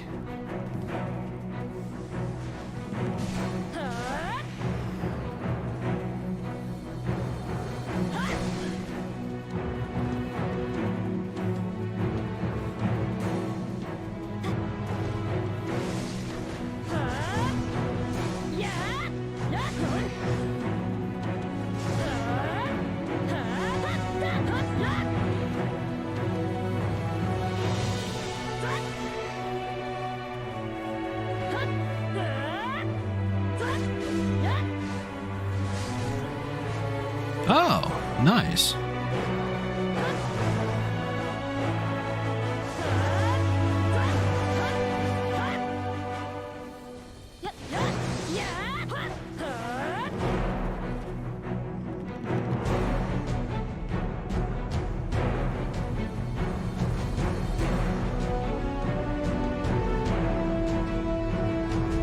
So they apparently were 13 minutes into Sherikon and they got the Sherikon's Panacea. That's nuts. That's how Force from Mars was for me, so. Honestly, I was just grateful to get one that was sort of a pity drop early on.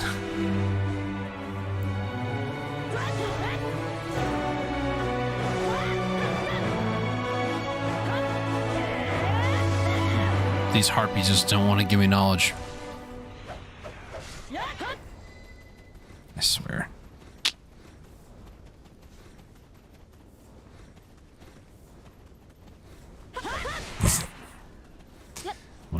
It's in the guild.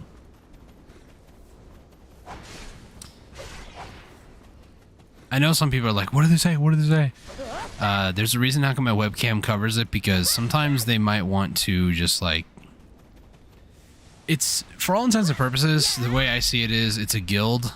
You know, there might be some like, maybe some coordination for node wars going on, or, you know, different things like that. So I'd rather not have something like that, even though I'm not a huge streamer myself these days.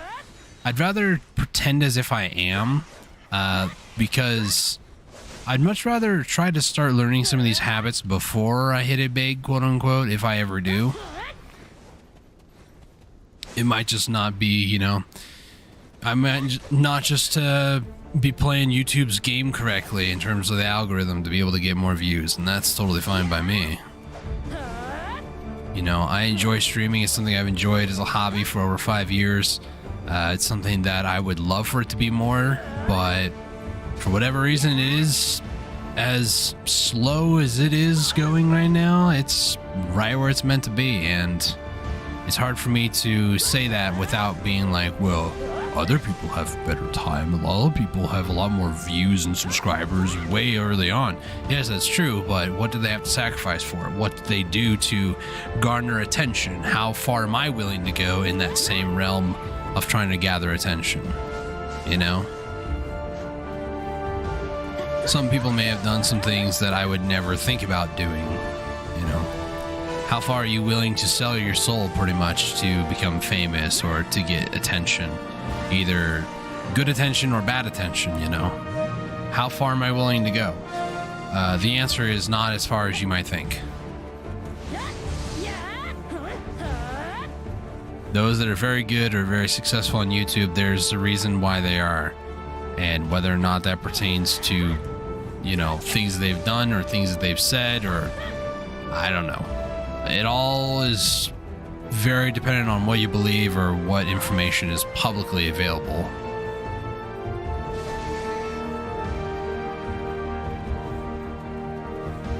And I'd much rather try to focus on myself than others, so. Alright, so we got one of the two other people here. One of the two harpies. I almost said harfies.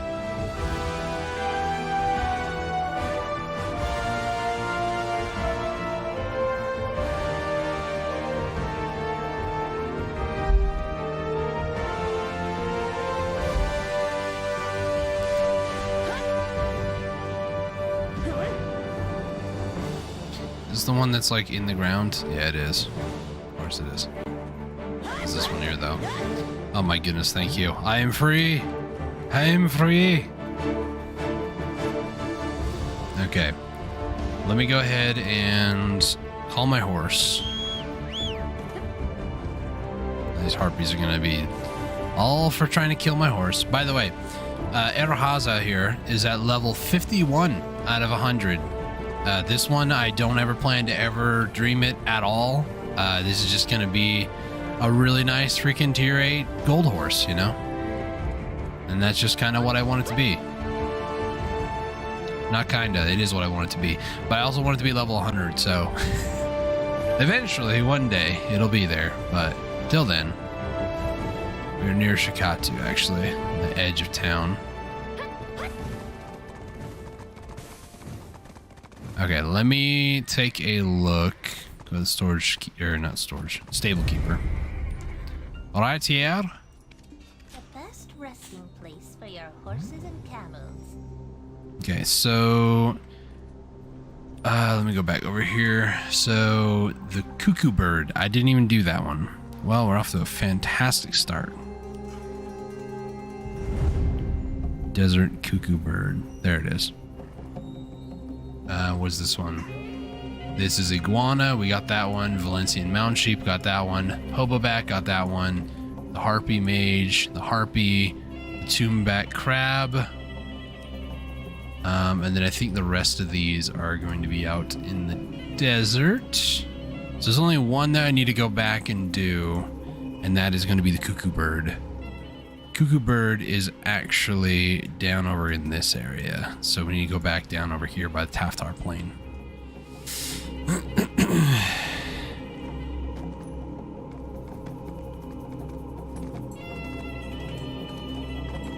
can I heat the boss weapon for the aura?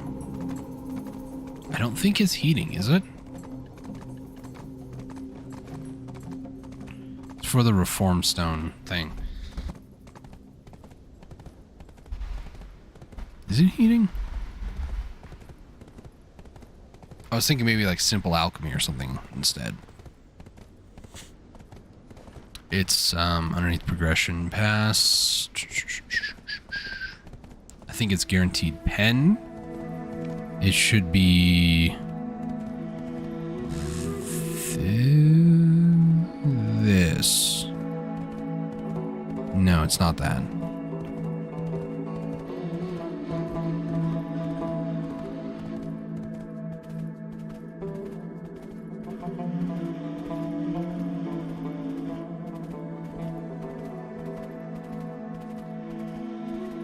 It's not it. Concentrated. I don't see it anywhere, actually.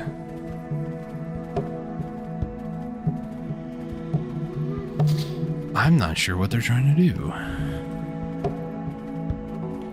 I believe it's called Kazarka. Let me try to see if I can help them. Kazarka Concentrated Aura. Concentrated Kazarka Aura.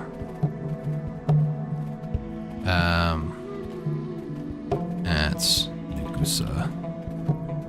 Do you have to eat to get the aura? Or is it simple alchemy?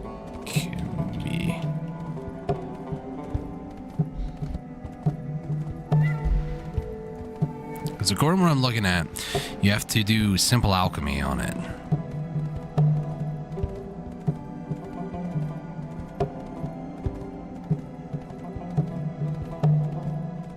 And it should say, oh, I don't have my riding crop enabled or equipped.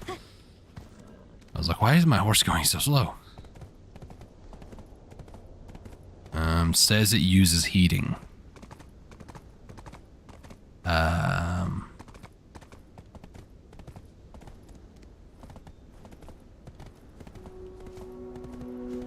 Going for the Kazarka Concentrated Aura. Should be simple alch to get those. Then use heating to make the reform stone? Yeah.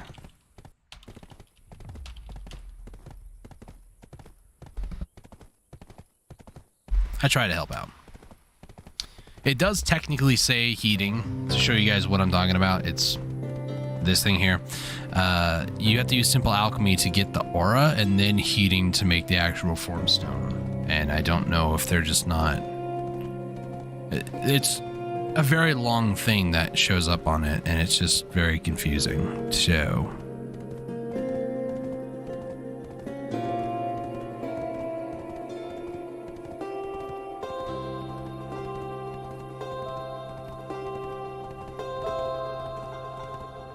I really should be driving manually, or I guess riding my horse manually.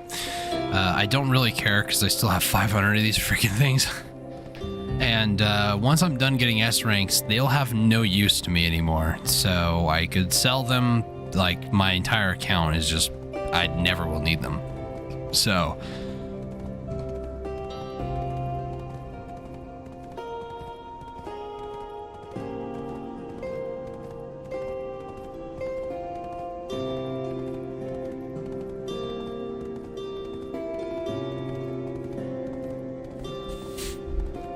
I'm waiting for him to reply.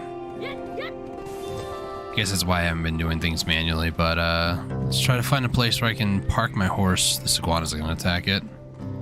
I don't know if there's technically a safe spot, I'm not gonna lie. I already got S ranks, but I have no problems killing more of you. Goodbye.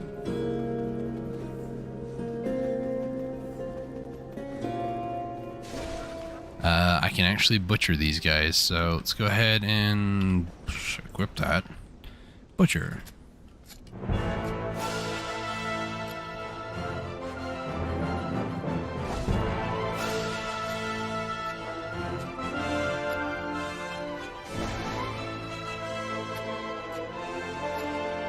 So this should be the last one on the like west side of the desert.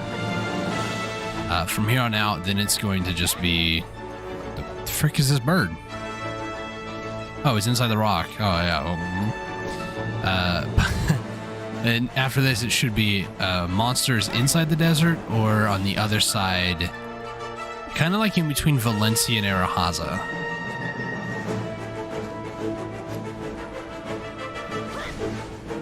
Well, that was a lot easier than I expected. I'm not gonna lie.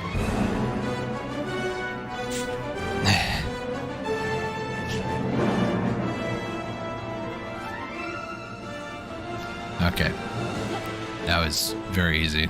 Somebody's going for a tongue red earring, it looks like. Let me go ahead and double check some stuff. So, Cuckoo Bird is done. Almost said dead. Giant desert scorpion. Stone, those are stone creatures. Sand ceratops, I'm pretty sure we got that. Let me just double check here. Sand ceratops, yes, okay. Dry root camel, desert scorpion, those are also right there. Sand spirit, Valencian female elephants. For some reason I have two of those pages open. Valencia lions, Margos, and all these other ones. Okay. So... 2, 3. Okay, so there's 3 more that I have to do on the west side of the desert. I'll show you what I'm talking about here. I got this... Choking up my own spit. Giant desert scorpion. Oh gosh, didn't mean to zoom in. I meant to scroll up. Giant desert scorpion here. They're found here, but also all over the place. I'm gonna try to go along over here by Pilgrim's Haven because I know there's a rotation there. Then these are these giant stone turtle dragon creatures, which I've seen like 1,000 times when I was gathering scorpion and such. And then also desert scorpions, normal ones along that area. The other ones that I would be going for might be close nearby. There's sand spirits. These are camels. These are the female elephants. For some reason, I have 2 pages open. Don't ask me why. These are Valencian lions. And then Margos are way over by Arahaza. The Miker newts, which I guess are maybe rats. I am not sure. Cocoa birds. And then Kellop. All of these are over by Arahaza. So, probably start off with these.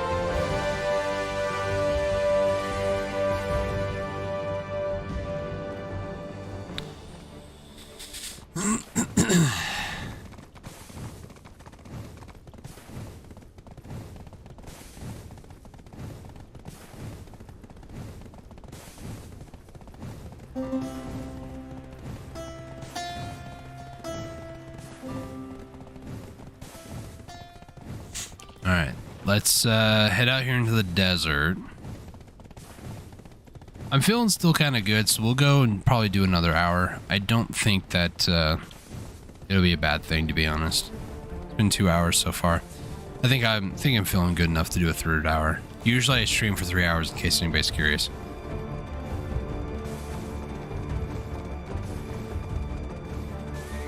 This isn't something like crazy. Like if I was grinding for 3 hours, then yeah, I definitely would have considered not doing that, but... Carl! Ooh, we need to repair that. Camels are the best. Calm down, camel lover, jeez.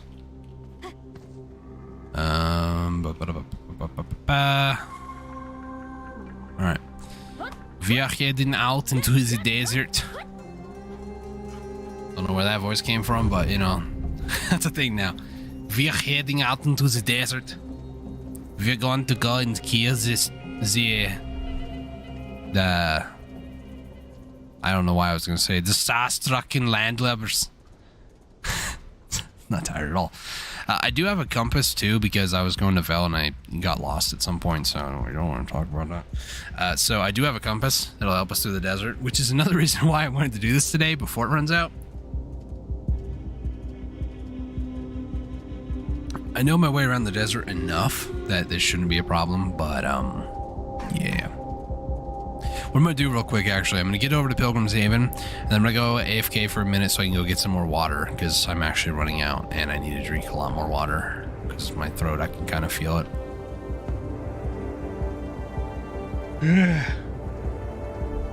It's probably the most, like, active amount of talking I've done all week. And I've been in Discord calls, too, with a lot of my guildmates, but it's like the most I've actually tried to talk all week. So that I'm more concerned about overdoing is my voice, because laryngitis is not fun. I've had it a few times in my life, and I hope to never get it as bad as I had it that one time.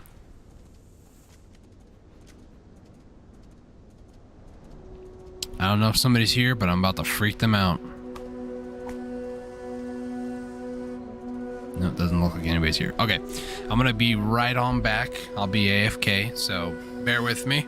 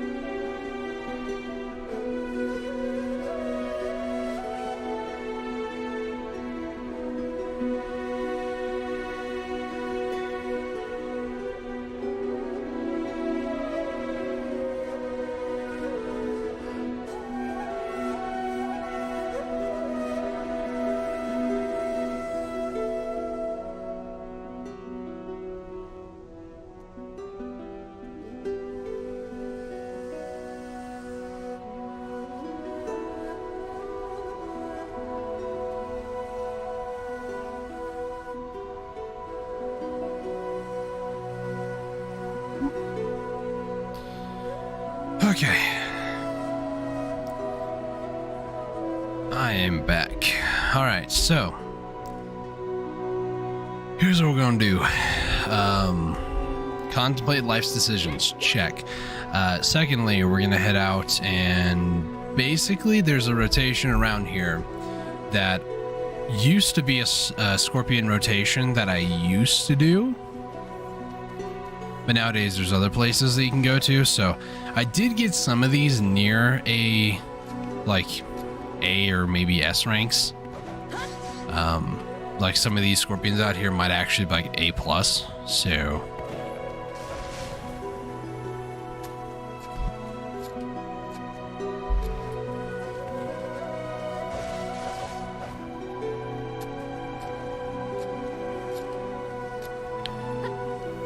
I'm probably gonna go reverse though.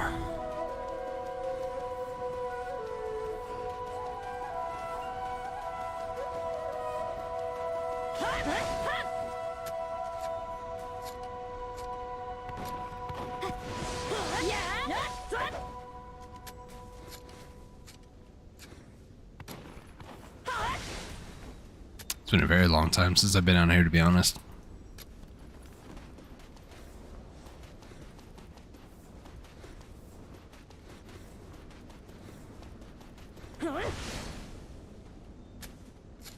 I don't quite remember the rotation, though.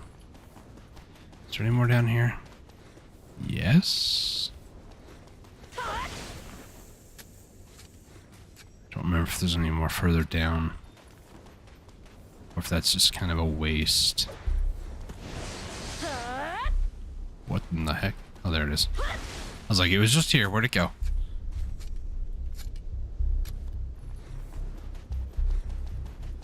Not seeing any more. Let's just go back over this way.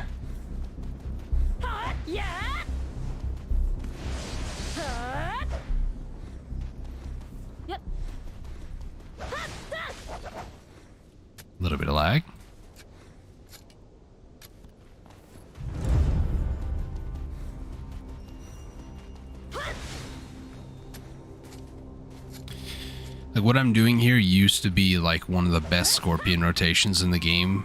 When Dregan came out, they have a Scorpion and a Snake rotation that, ow, for all intents and purposes, is actually not a bad spot. It's actually a lot better than, jeez, the music.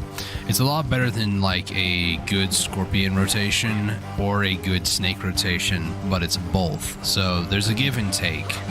You don't get nearly as much Scorpion meat or Snake meat per hour, but you get enough that in 2 hours you're making more than if you were doing one of them for like 2 hours. That didn't make a lot of sense, but it's better. By how much, I don't really know because I haven't done any personal tests, but a lot of people who are life skillers, primarily, they claim and say that it's really good, and I've seen some of their statistics. It looks a lot better than if you're just going for one or the other. And at the end of the day, as long as you're able to get what you're going for and do so more cost effectively and not so much like money or anything like that, it's more so like energy and time. If you can do it that way, like you're just golden, you know.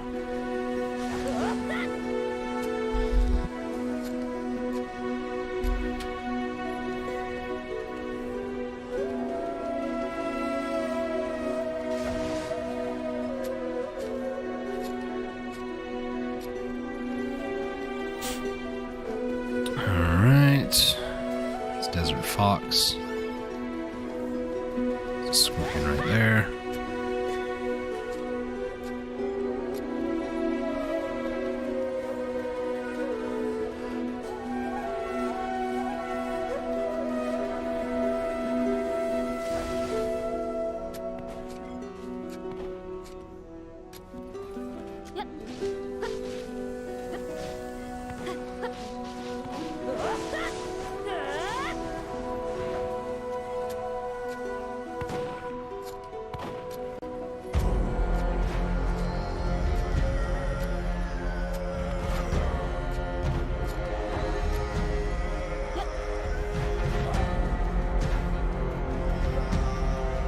Is there any more on the outside of this? Actually, let me go double check this. So there's like one out here, then it's worth it, but I feel like there's a Zeppelin.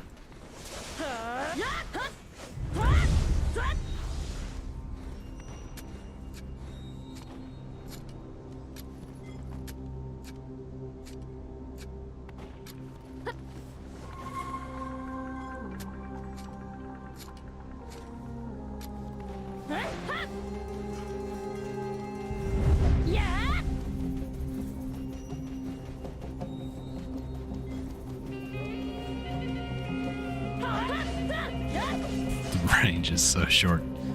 Oh my gosh.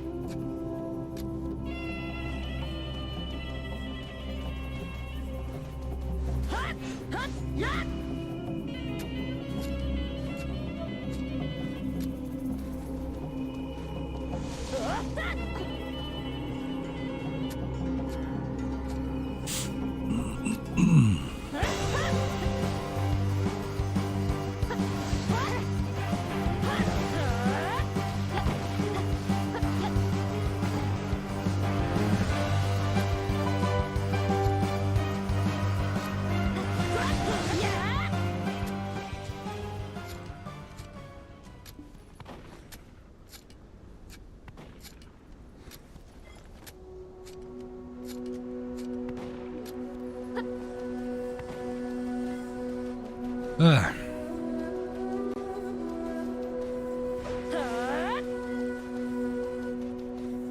I apologize if my commentary is very dry right now too, because my throat is really starting to hurt. So I'm trying not to overuse it right now.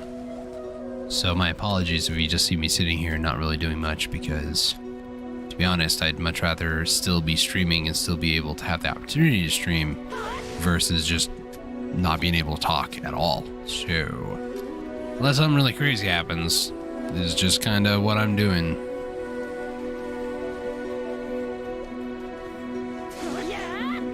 I always feel like this obligation where I gotta say something or I gotta do something, but in all reality, it's just at the end of the day, if people are gonna watch, they're gonna watch. If they don't, they don't.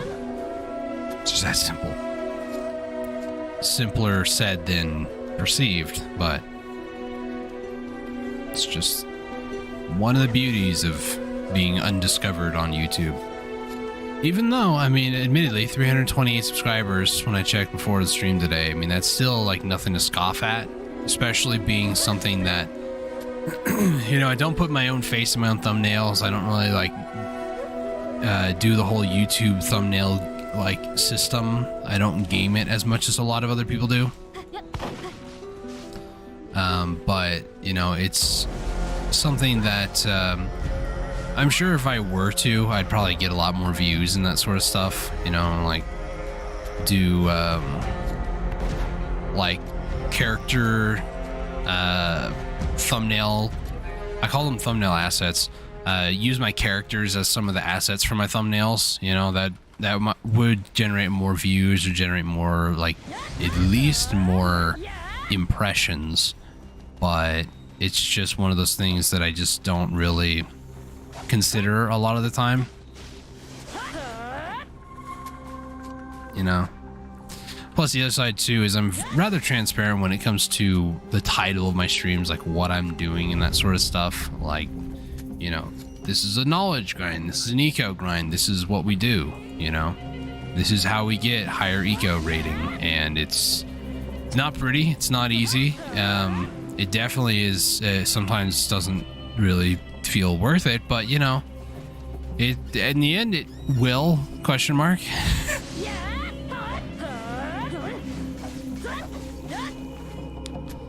All I can hope for is that by me doing it, somebody out there either watching now or later on will say, you know, I get what this guy's doing, I'm doing it myself, I feel the grind. And it's just one of those things, you know.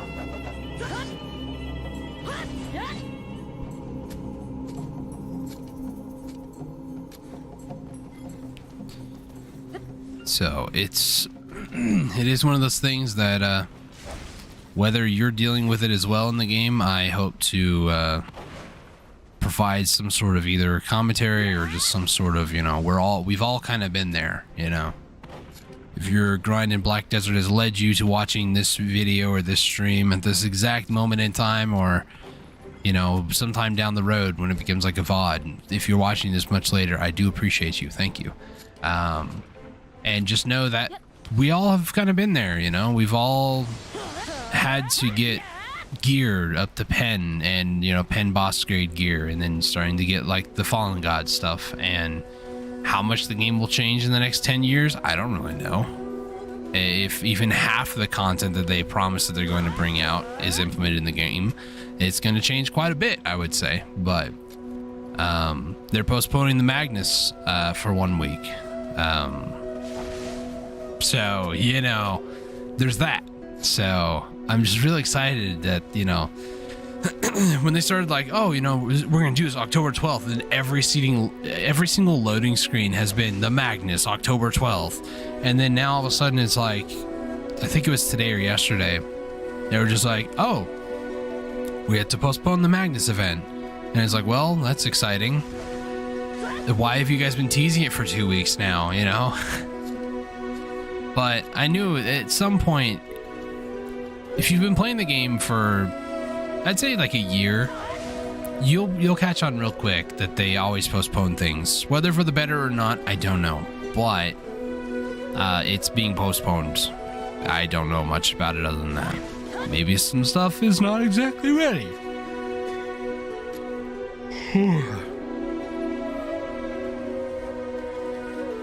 In my opinion, they should not have really been advertising it unless they knew that it was 100% foolproof ready, but that's just me.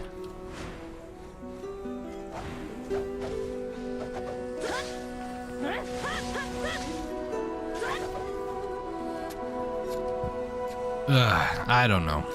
It's To me, they just always seem to be so excited to bring out new content that then they have to go back on and say, well, it's not ready just yet. We're just going to hold off on it for like another week. Or maybe it's some sort of sick ploy where they don't think enough people are hyped about it yet, so they're just going to hold off for one more week, hoping that more people would be into it. If that's the case, then they really should like find new marketing people, because that's not how you market to get hype for your game.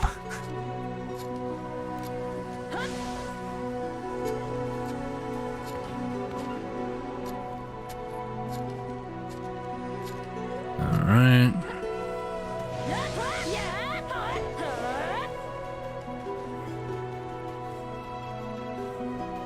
There's one back over there.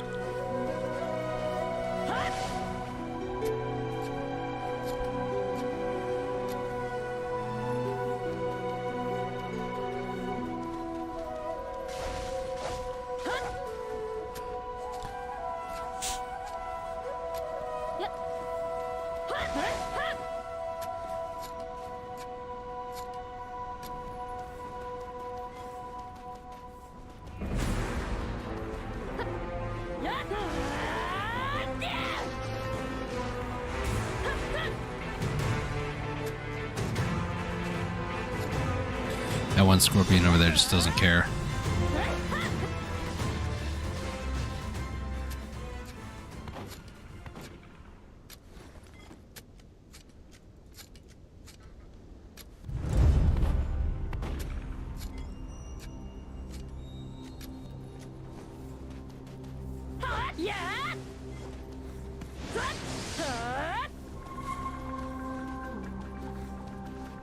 Is there any more scorpions around here?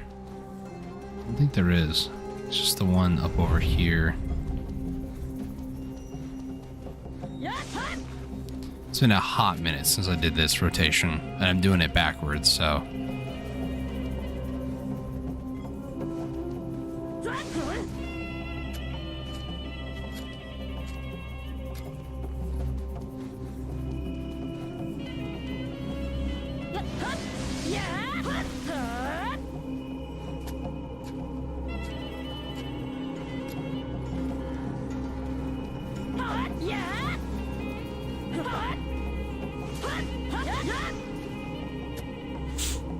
S-rank. Thought it was gonna work.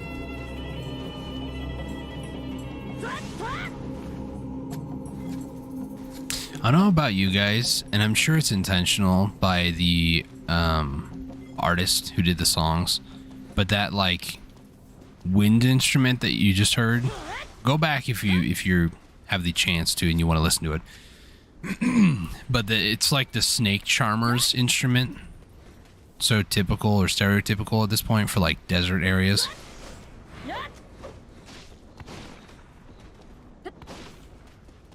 Okay, let me just go bring him over here. Wait for my ferry.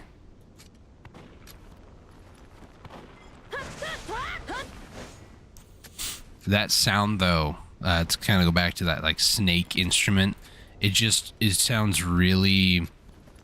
It's not just exotic, but I don't know why I really like that sound. I mentioned earlier about Ocarina of Time having, in my opinion, some of the best like soundtrack of a video game I've ever heard in my life. For me, it's one of those soundtracks that I just really enjoy, and Gerudo Valley being one of them. Anything exotic sounding to me has just always been something I enjoy. I don't know if it's just because when I was growing up, a lot of the music that I listened to was always like in 4/4 time, always had like drums and guitar and maybe some keyboard or piano of some kind. So any chance that my like young developing mind got to listen to something that wasn't in that sort of format, it was just like, ooh, this is interesting. This isn't like the normal like music that I'm familiar with.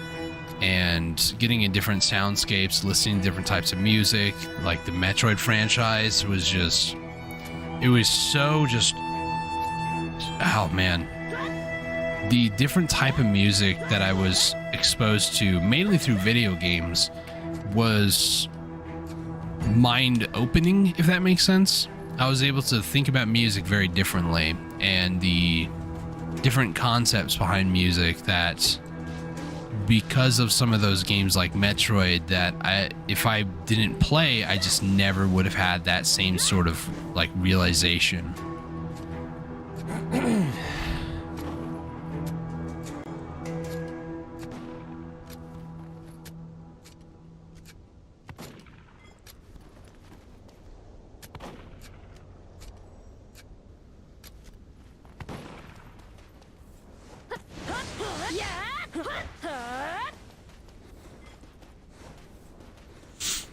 I don't know, it's just one of those things that whenever I listen to music that have that sort of like, it hits that certain exotic flavor that's not, you know, like, oh, here's drums and here's a guitar, here's bass, you know. If it doesn't have that, to me, it just feels very, it's not unnatural. It's a certain flavor. It's just like if you were to go eat food at a restaurant you've never been to before. Like if you've never had Mexican food, or maybe if you've never had like Cuban food, or maybe like South African or something like that.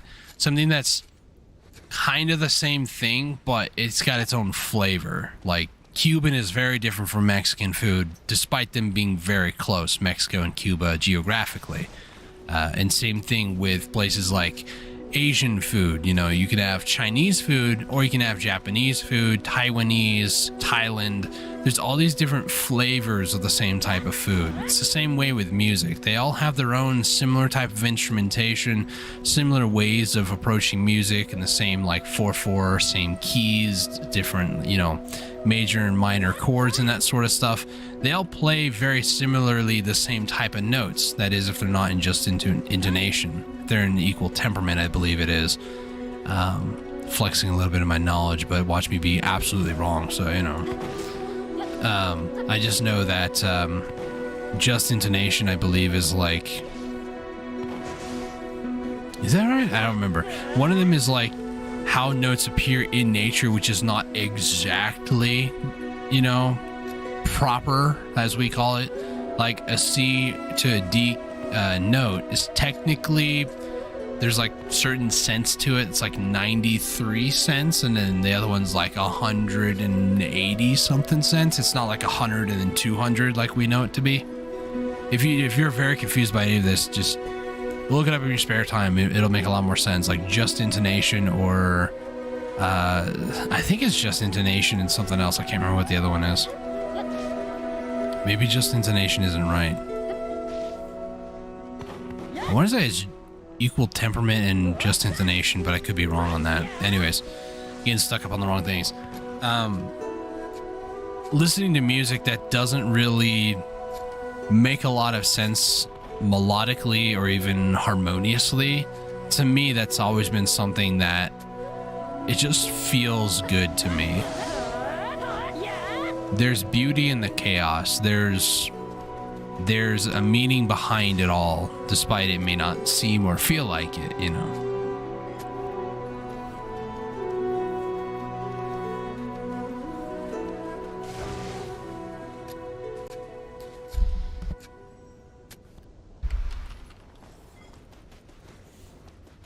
You know, it has its moments where the music just feels really nice, and especially in games that I've never played before, or a reimagining, if you will, of a certain franchise. Like when I went through and played Metroid Dread recently, this is like maybe 2 months ago by now, maybe more. Very first time ever playing through Dread. It was so nice to hear certain themes be reimagined in a more modern sphere. Like, spoilers for anybody who's never played Metroid Dread. If you're wanting to, just ignore me for the next little bit of time here. One of the bosses that you fight, it's Kraid, and Kraid has his music that reappears in the franchise. His music originally appeared in his Kraid's theme or Kraid's lair, and then there was also, I think, another one as well. I can't remember what it was, but it was I think it was like Magmar Caverns or something that it got reimagined to, and then when you go to actually fight Kraid again, you hear some of the, I'll call it the sonic characteristics of the actual sound effects that they used originally, remastered into a more modern sphere, like modern microphones and stuff like that, or modern sound in like engines to produce that sound effect. It's so crazy to me to hear things that were made like 30 years ago reimagined, like Breath of the Wild. When that one came out, that was just, the music inside there was so atmospheric. It was almost too atmospheric for what it was going for, but it still did the job. There were still times where you heard like recognizable themes or patterns from original songs, like Zelda's Lullaby appears inside Breath of the Wild. I can't think of anything really memorable off the top of my head because it's been a bit since I played the game and looked up any information about it, but it was definitely one of those games that it just brought back all these memories of Ocarina of Time, of Majora's Mask, and all the different Zelda games that I played that I don't really remember too well. Like Zelda 2 was definitely a weird one for a lot of people. I enjoyed it though. You know, the castle theme, just dun dun dun dun dun dun dun dun, bum bum bum bum bum bum bum dum dum bum dum bum. It was just something about the castle theme that was just really good. And Nintendo's always been great about this sort of like reimagining music. If I can go on this tangent for a little bit longer, there was in Super Smash Bros. Melee, they then made the castle theme from Zelda 2. They made it more modernized with an actual drum set underneath it, and like kind of like an angelic choir. Is one of the best by far soundtracks I've ever heard out of Nintendo, and it came from a game franchise, and a game, not a franchise, but a game nonetheless, that people just didn't really sink their teeth in as much. I think it was Zelda 2 on the Game Boy Advance. I don't know why. A lot of the online sentiment, you either find people that absolutely hated the game or people that really loved it. And I'm in the camp where I actually really liked it. Let's see. Snake meat. We have quite a bit.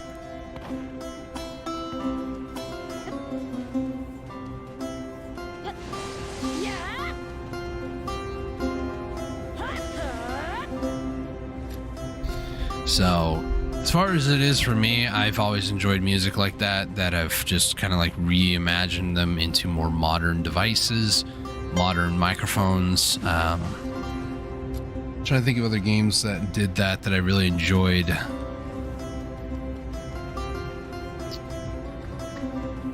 Few Mario games, like the original Mario, you know, I would try to sing it, but I really don't want to, because one, it's kind of eluding my brain right now. The original Mario, like that song, them reimagining that into like Mario 64, Super Mario 64, that was another game that I really enjoyed the soundtrack of. But just like little hints here and there from the original Mario games were put in 64, and then eventually into like what are they called? Galaxy, Mario Galaxy 1 and 2. And I never really played the Super Mario Galaxy 1 or 2, and I know we have them, and quite frankly I really should play them at some point.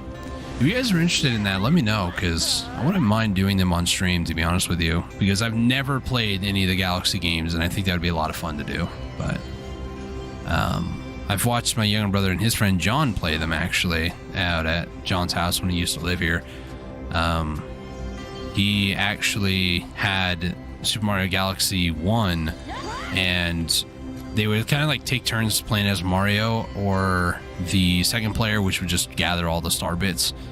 And it looked like a lot of fun, and I don't shy away from platformers. I've always liked Metroid. Metroid was like my first real platformer experience. I did actually, that's kind of a lie, but kind of not really. My mom used to have the gray Game Boy Color, or I guess before the Game Boy Color is the gray Game Boy, and she would play Game Boy. Did I say Game Boy? If I didn't, then I apologize. I thought I may have said something else. The gray Game Boy, and she would have Mario World, I believe it was, or like one of the first Mario games. And I remember I used to play it here and there, and it was quite fun. I enjoyed my time playing it and stuff, but I really enjoyed platforming when Metroid came out because it was a combat-related one, and I enjoyed the combat-related platformers because it was more than just like, you know, jumping on Goomba's heads. This one was like you use a blaster and you shoot things, and it was sci-fi, and it just hit all the right sort of nerves with me with video games at the time. I wasn't a huge fan of platformers when I started playing. Metroid Fusion actually was the first one that I played, but you know, Metroid Fusion, or Metroid 4 if you want to call it that, was one of like the very first ones that was actually really well done, like really well done. You had like a button you can push to go diagonal aiming, and I think all the other ones, I don't think you really had the ability to do so, or maybe you did, but I never really played them, so I can't really speak on those behalfs. But Fusion for sure is a great one to get into the so-called two-dimensional Metroid games, because it is just absolutely phenomenal. Highly recommended. If you like platformers, you like combat stuff, if you're interested in the Metroid franchise and you want like the 2D experience, not the 3D like Metroid Prime, I would definitely recommend Fusion as your first one. Don't go back to the originals like the Metroid Original 1 or Metroid 2. Like you're probably not going to have a good time if you go to those two. Personal opinion, but you know, take it for what it is. Alright, so next up on our list, we're heading up to the north over here.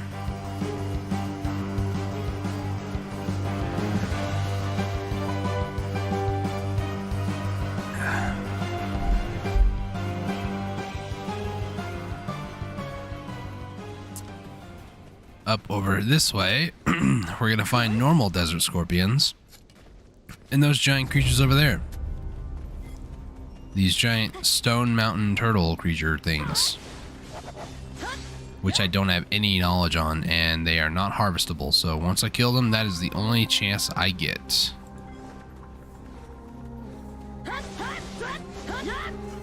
All right.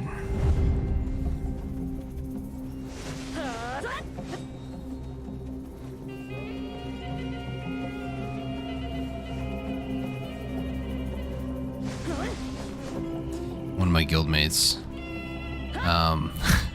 attempted their 8th attempt at a dream horse, and then next thing I see in chat is just all these capital F's. Something tells me it didn't go. I don't know what gave me that that impression, but yeah, I don't think it went. Back to music stuff. Music has just been something that's really pivotal in my life, and all this because there's part of me that the music that I listen to when I play Black Desert is not the music of the game, but when I go to stream, I have to find something that's, you know, at least stream safe for the most part, DMCA free, and I haven't had any issues on YouTube's side with the music inside the game, so as far as I'm concerned, this is fine to use. Desert Scorpion, nobody get angry at me, and you guys will live. It's that simple. But yeah, it's something that I like to highlight the game's music as often as I can when I'm on stream, because I'll usually listen to there's a radio station I listen to called ChristianRock.net that has a lot of really uplifting music that I really like, and has a lot of good messages inside it. Makes me, it's like that feel good music, you know. I'm sure many of you know what I'm talking about, whether or not it's Christian music or not, but music that just makes you feel uplifted, you know, that sort of stuff. That's basically what I listen to when I'm not streaming, when I'm just playing the game normally. In fact, I typically never really hear the game audio at all. I usually have it turned way down or even muted, because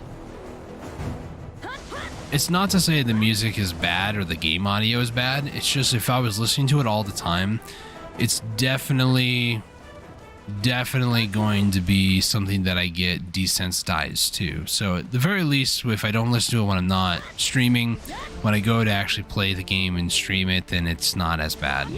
But there are some options that I have available to me for DMCA free stuff, like YouTube's audio library.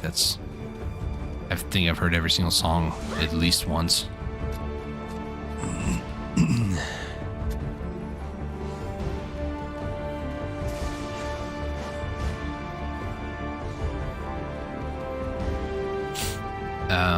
Yeah, I don't really have much else to say other than go music.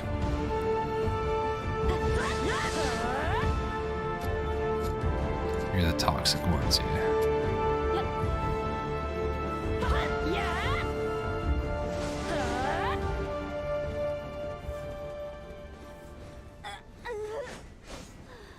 This one isn't a rock. Well, yes it is, but technically I can still get it.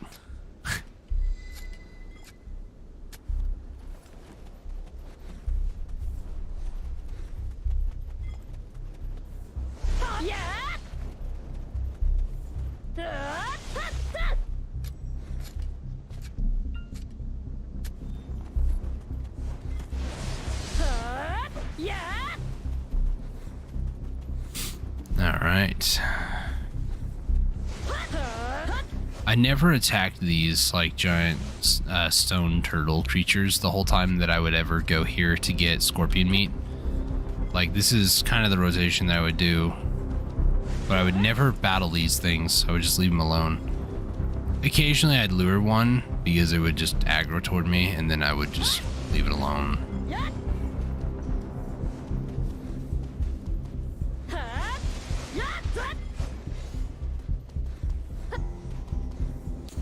I will say though, if this goes to a C rank, I might just consider just calling the stream. Not gonna lie. It's been 2 hours, 40 minutes. Or at the very least, just stop gathering knowledge for now. And I'll see when we get done here, like how much actual knowledge we gained from today. But I'm gonna say less than 200. Just because I don't feel like I've done that much. Holy crap, the music just jump scared me. Was not expecting that.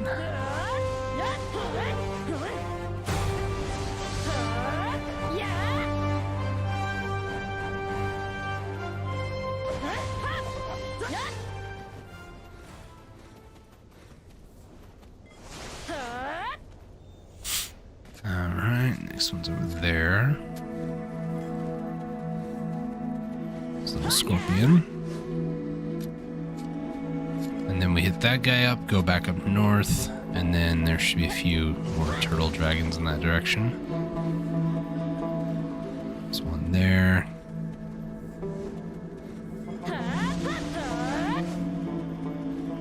Back over this way.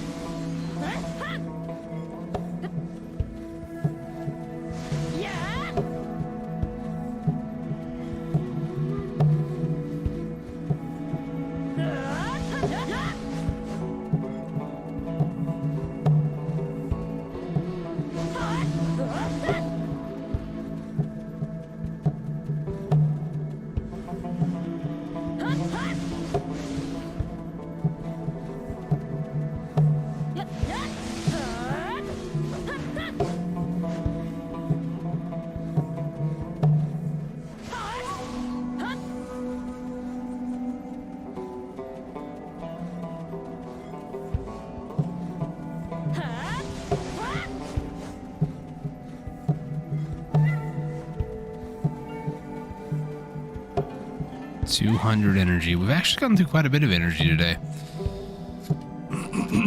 I wasn't at full when we started either. It was at least 400 though.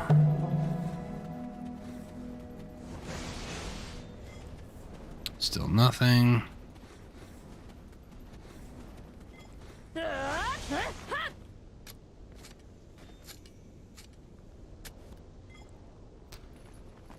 Alright, another big guy over here. Actually, we're kind of near the Naga gatekeeper. Let's take a detour, actually, shall we? These guys don't want to be cooperative. Alright, so Naga gatekeeper. He's actually to the north of the spot. There's like a rotation way up here on the northern side, give or take. I'm way north. It's actually like down over here somewhere. So I need to kind of go back down.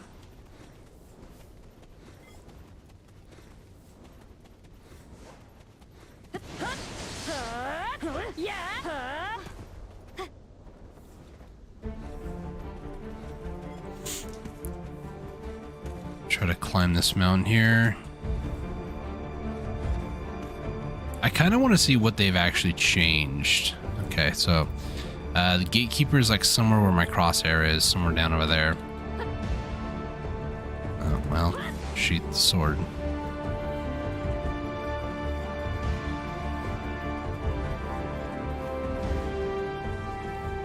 I'm actually going to, as well, pop my Vel's heart one time. So gatekeeper should be right about here. Don't tell me, did somebody actually go and kill him?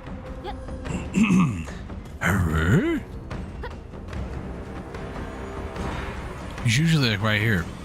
Hang on, I'm gonna hide my screen for a second so I can actually change server. If somebody actually killed the gatekeeper, I'd be surprised. This was an update they did, I think, a couple of weeks back now, where they made it to where they're soloable. So instead of being like, technically they were soloable before. Like I went over to Crescent Shrine. I went over there and I managed to solo one, but it took forever.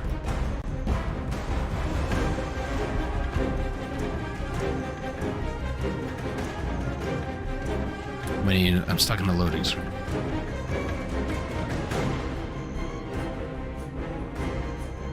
Don't tell me the game just gave up. Oh, no, here we go. Hey, look, guys, look. It says October 12th. October 12th. It's a lie. You know what's also funny, though?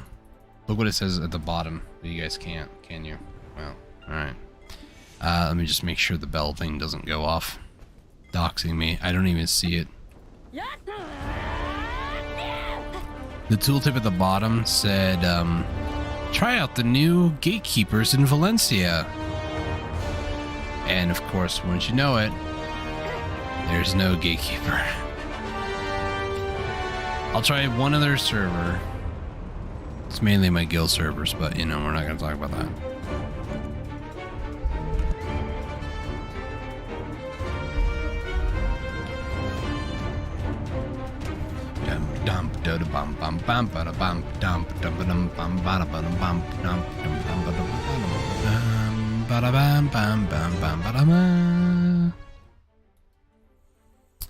So yeah, music, huge inspiration to me. I want to get to a point where I can actually make some of my own music, honestly, but you know.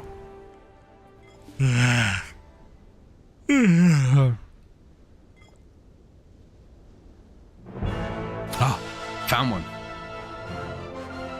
Gatekeeper.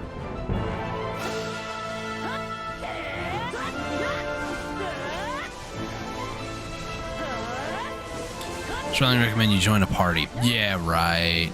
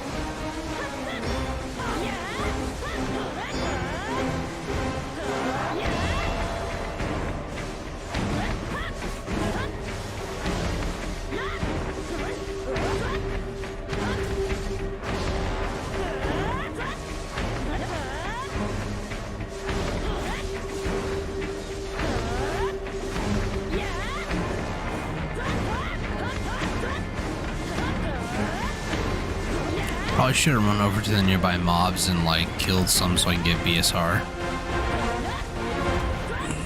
I feel like that probably would have been a good idea. Because I'm not even at 40% now. This guy keeps stunning me now too. Just wasted all that time that you had an evasion debuff. Alright, I'm just gonna wait like one more second. There we go.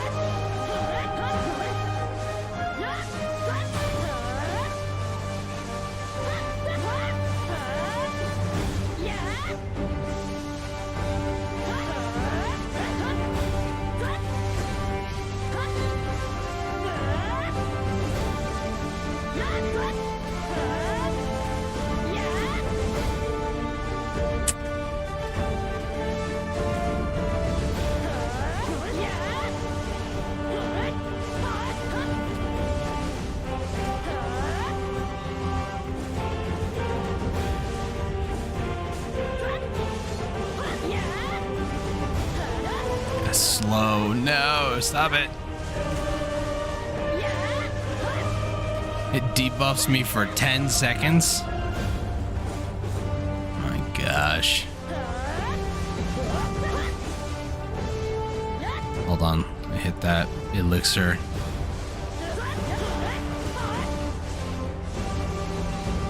This guy doesn't give me any knowledge. I swear. Don't do this to me, game.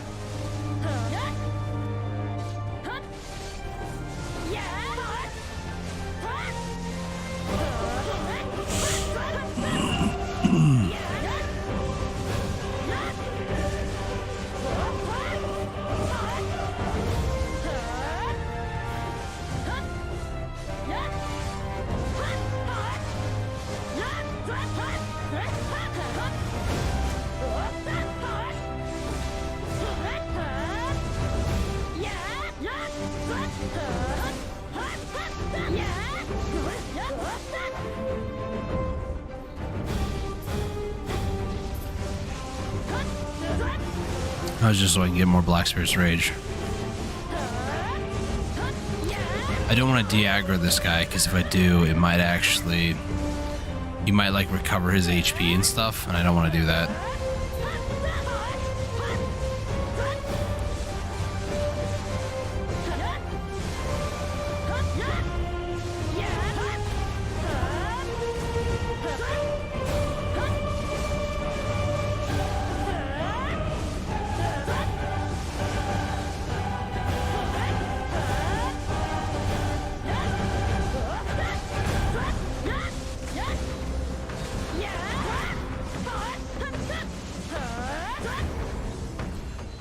No knowledge.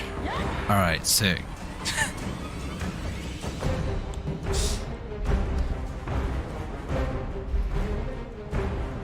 No knowledge, though. Who would have thunk that one?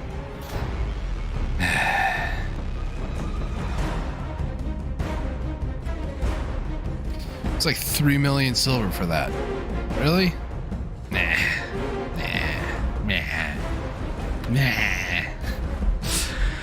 Oh gosh. Well, I guess I can just kind of chill, maybe move my character somewhere else. Not what I meant to do. Yeah, lock that again.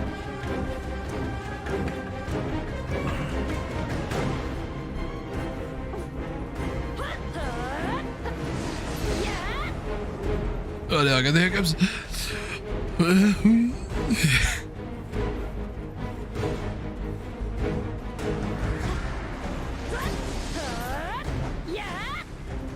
Ooh, there's a pillar.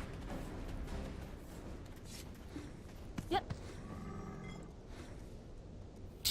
All right, let's head back down to Sandgrain Bazaar, and then, technically, you know, let's go actually out to Crescent, because I believe that is where Putrum is. Yes, so let's head over to Cressy, because I got a little bit of time to kill before Kazarka spawns, which I've been informed I'm not supposed to be saying the K. But I've heard people say Zarka a lot, and I'm like, but there's a K. It's Kazarka. Just be grateful that I don't actually say, you know, something like Karka or something, you know.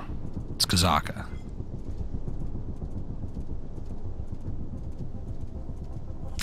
I'm waiting for, I'm pretty sure, now bear in mind, if you go to play Black Desert Mobile, they're up until like Valencia. Up to Valencia, everything is voiced properly. Like there's actual voice acting that goes on and stuff like that. So most of what I know on how to pronounce things in the game have been from Black Desert Mobile.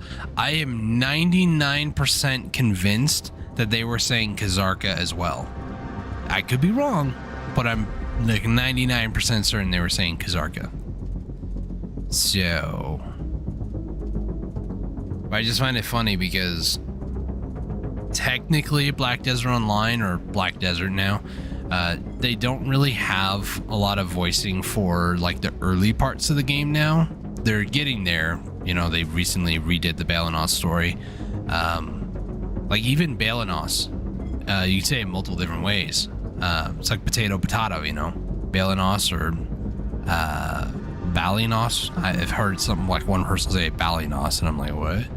But Balanos, or even like Serendia, like there's no right or wrong way to say it, but I've heard like different people pronounce it different ways, and it's just like it kind of makes me scratch my head every once in a while, like, what did you just say? I don't know, it's just kind of weird to me, but that's just the beauty of the human language. Dialects and inflections and voices and stuff, it's just so different from person to person. It's not even funny.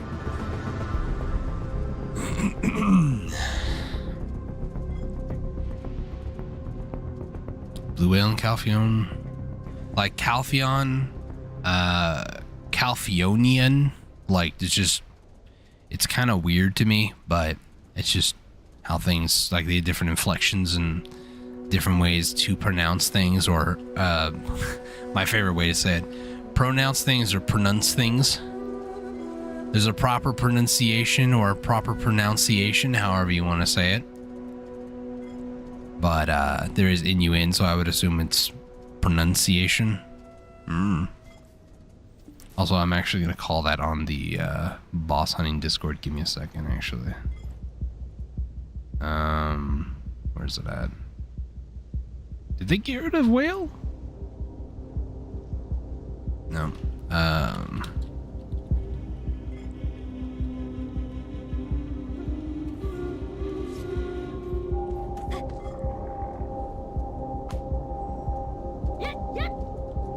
Sorry, I was also going to leave my camel there because I want to go over here long enough just so I can kill Putrum. I say Putrum because the alternative is Putterum, and that sounds kind of weird.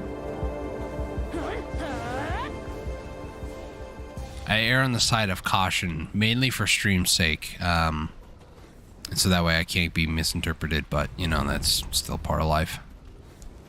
Getting misinterpreted is like kind of my niche thing, you know? Yeah.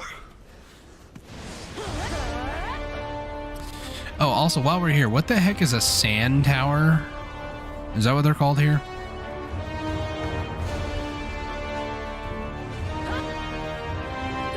Let me just do this real quick. It's underneath ecology, Valencia.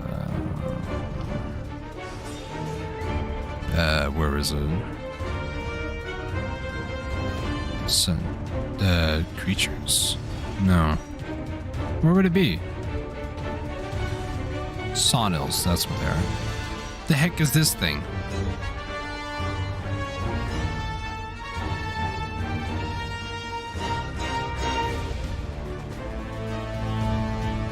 The gatekeeper actually is over here.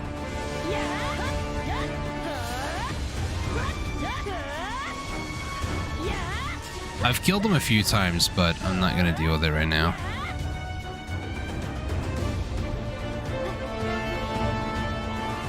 I might leave my character out here just for the sake of, you know, leaving her out here.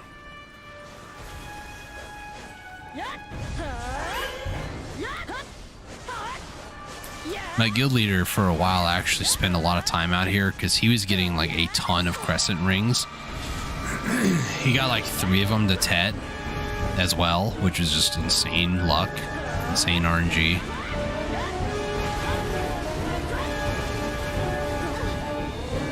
I've never really spent a lot of time out at Crescent because it just never really gave me anything good, you know? Oh no, I'm so scared. How about you take a 100 to the face, huh? Almost hit the button, Neon. I think I didn't hit the button. Delayed AoE. Very delayed AoE.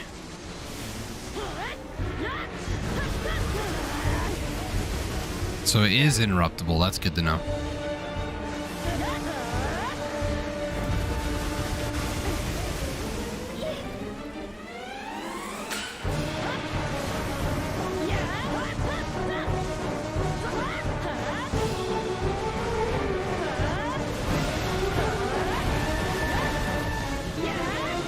And there we go.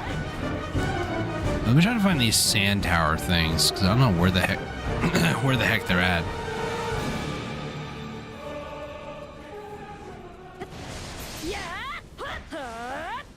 Are these the sand towers? These things here? They are. Oh my gosh. Well, I got it. Nay rank, of all things. Why couldn't you be S? Why couldn't you? Alright, let's go over this way. There's apparently some more on the other side over here. Let me just hit him with a yahoo. There we go. Sorry if that was a little loud. That was probably like the most my voice has sounded normal all day. That hurt like crazy though. Not doing that one again. I'll be back at some point to get S rank over here, I'm sure of it, but yeah, 541. We made it. How much time do I have? 7 minutes. I guess I can maybe... Would a map get me to where I need to go to Sandgrain, I wonder? Map. There we go. Go ahead and grab one of these. Thank you guys for just being annoyingly in my way. Map. Sandgrain Bazaar. Yes, please. I'll just do this and then call Carl with my infinite range flute that I worked for. I might want to add.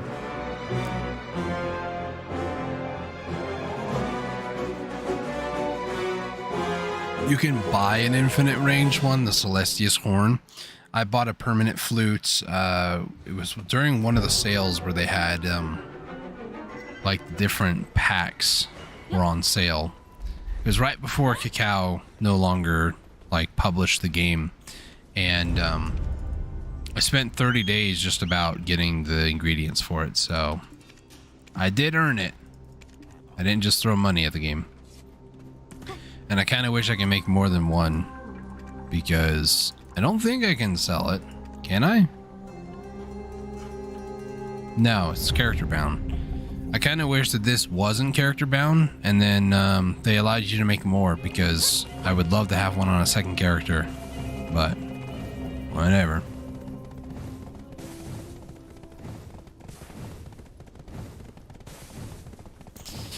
Alright, so I'm gonna head over to Alta Nova, at least for now.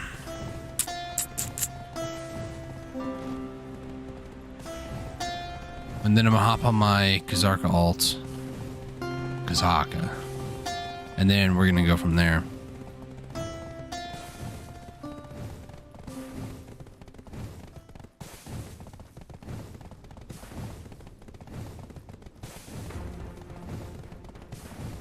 Look at all my guildmates just tapping random stuff. Well, I say random, but they're probably doing it very calculated. Like Sicil necklaces. I saw a Black Star helmet. Everybody takes their own approach to gear progression in the game, and that's why I love Black Desert so much. Is there's no one right or wrong way to do it.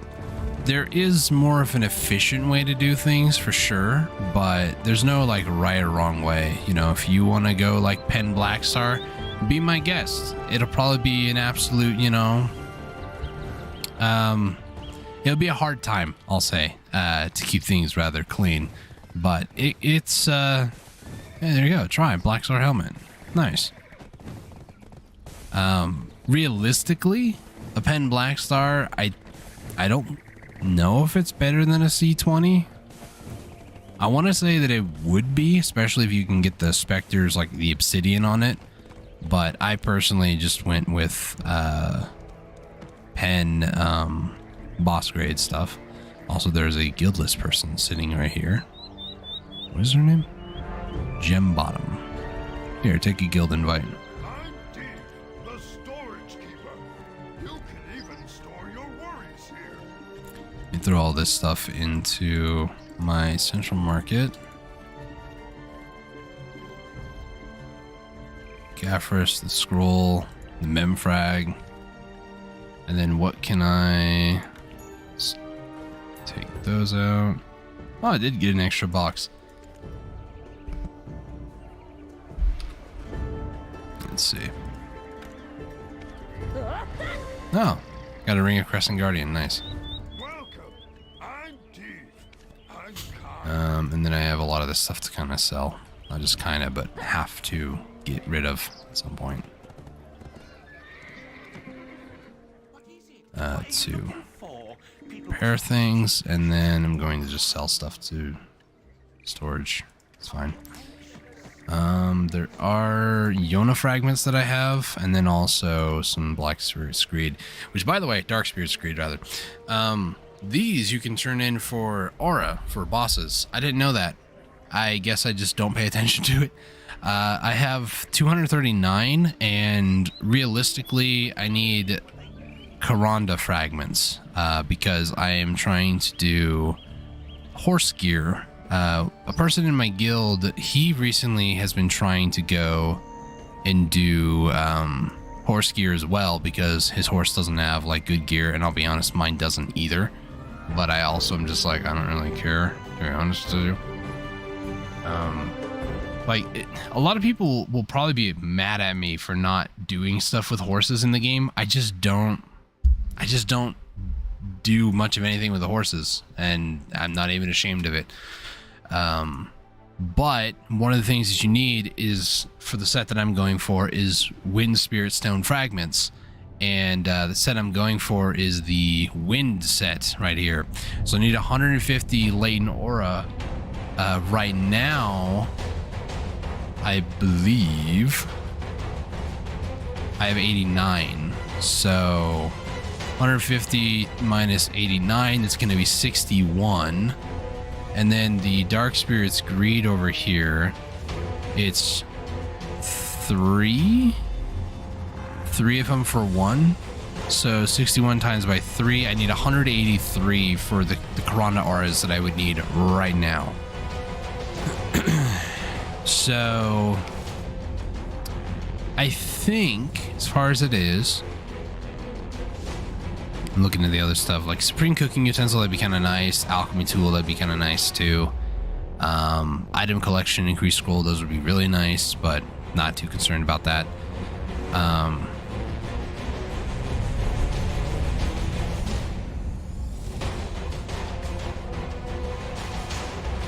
What I'm going to do is I need to start getting the other resources, because let me show you again what all you need. This is again for the wind set. They also have here's earth set, so if you want to pause, take a look at what you need for that one. Wind set, and then water set. Stopping a little bit more on water set, but wind set here.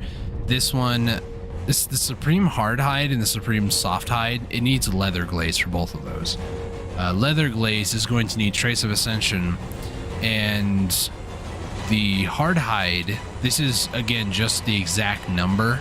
I personally would actually take that 200 and then divide it by 2.5, so I'd be making like 80 recipes worth. But this is how much Trace of Ascension, if it's a 1-to-1 ratio here, it's 3,000. Otherwise it's 100 or 1,200 for 80 of them. And then this one over here, this is 3,750. This one is 250 divided by 2.5, which is going to be 100. This is going to be another 1,500. So in total, you're going to need 2,700 Trace of Ascension. And for me, Trace of Ascension, I have 4,756. So I'm good. But my friend, who's going to be making gear as well, he's actually started to. He is not going to be good, because I don't think he has a lot really going for it. I haven't played Secession in a bit, so bear with me.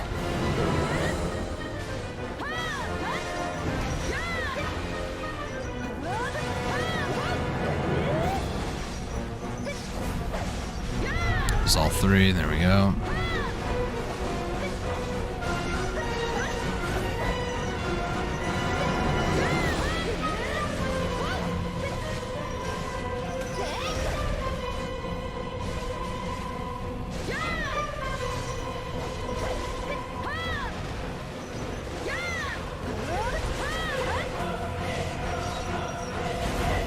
It really has been a bit since I actually played Secession Kuno. Oh my goodness. And no doubt actually been to a Kazarka World boss. But you know.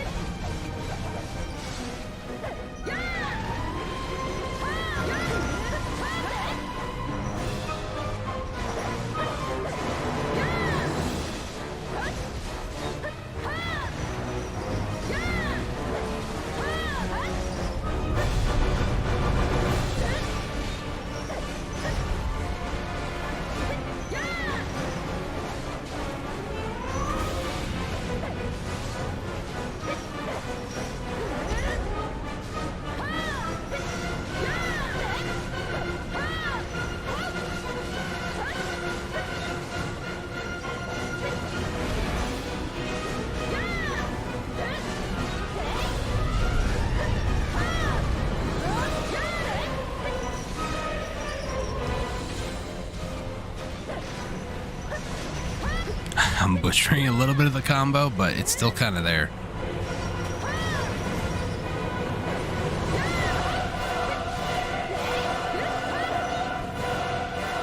Alright, get behind the pillar.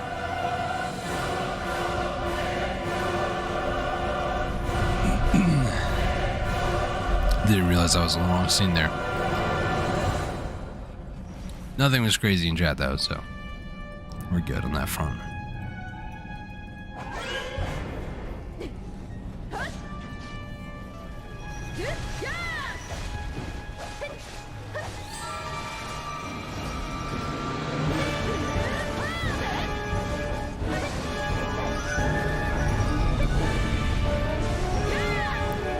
Kind of butchering it a little bit, but we're getting there. Like I said, it's been a hot minute since I've been to any of these world bosses too.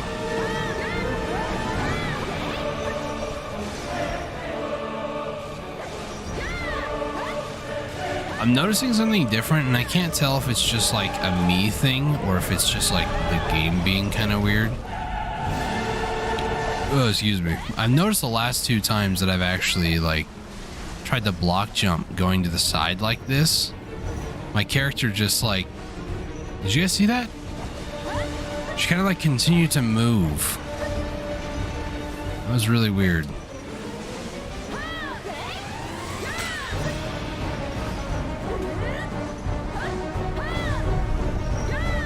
Okay, this one's safe as long as you avoid the circle here, the cone.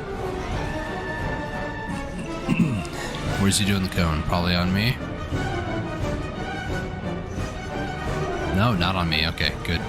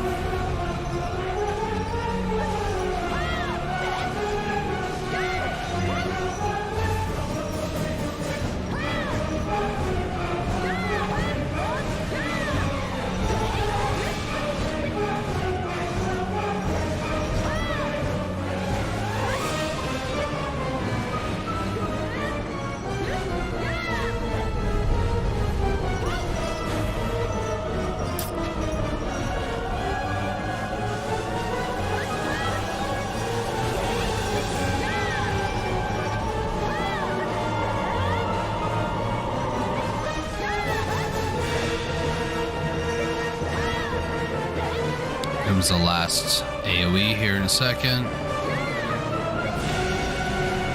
Surprised he didn't do it yet. There he goes.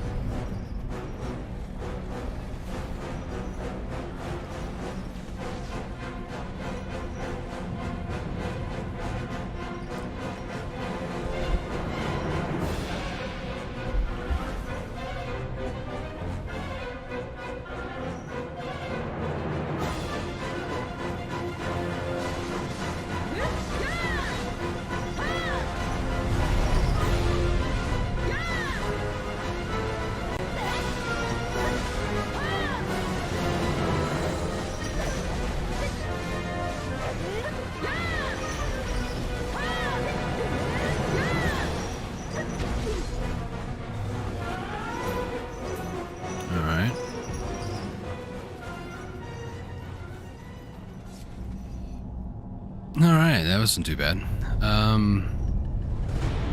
Nothing insane loot-wise. I mean, that's kind of what you expect from world bosses at this point in the game.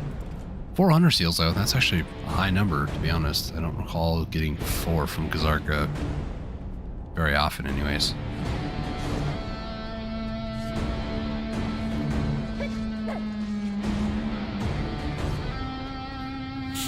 Alright. Let me go ahead and swap to a character that I'm just going to AFK on for probably the rest of the night, to be honest. I'm going to go ahead and call the stream here. I do want to thank you guys for watching. Expect more Halloween kind of themed decorations next stream. I've been feeling up to it tomorrow. Tomorrow's Tuesday before maintenance. I'm probably going to get Jeffrey back. He technically still exists off screen, but you guys can't see him. He still has his Mountain Dew Voodoo bling, so you know that exists. You know, we'll just kind of see how things go, and I need to go ahead and like decorate some a little bit. So yeah, just keep an eye out for that.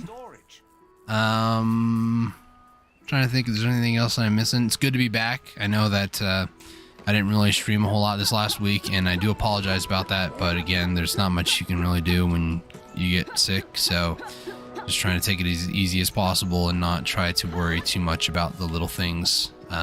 despite still kind of worrying about the little things. So I do want to say thank you guys for watching. Thank you guys for your patience. Here in the next couple of weeks, I'm going to try to maybe do some more, like, not really horror-based things, but maybe some more thematic stuff. You know, I'm kind of looking forward to that. That'd be kind of nice. So if you guys are looking forward to it as well, leave a like down below. I appreciate it. Maybe leave a comment. Let me know if you guys are interested in that sort of, you know, thematic stuff around Halloween, because I don't know. It's just something I like to do, you know, themed stuff. So, anyways, thank you guys so much for watching the stream. Greatly appreciate it. If you guys are new around here, if you guys enjoyed what you've seen, go ahead and hit that subscribe button, bell icon down below to be notified of future live streams. I typically stream Sunday through Thursday, but we'll kind of see how things go in the near future. I might just kind of change it up a little bit, or just kind of keep it. Kind of depends. Time of day is usually like 5 p.m. PST, and that is until November, when it actually becomes 4 PST or PDT, I think. Whatever it becomes at that point. But yeah, it's about 0 UTC, if that might help anybody. But yeah, thank you guys so much for watching. Greatly appreciate it. Till next time, stay safe, take it easy, and God bless. Bye bye.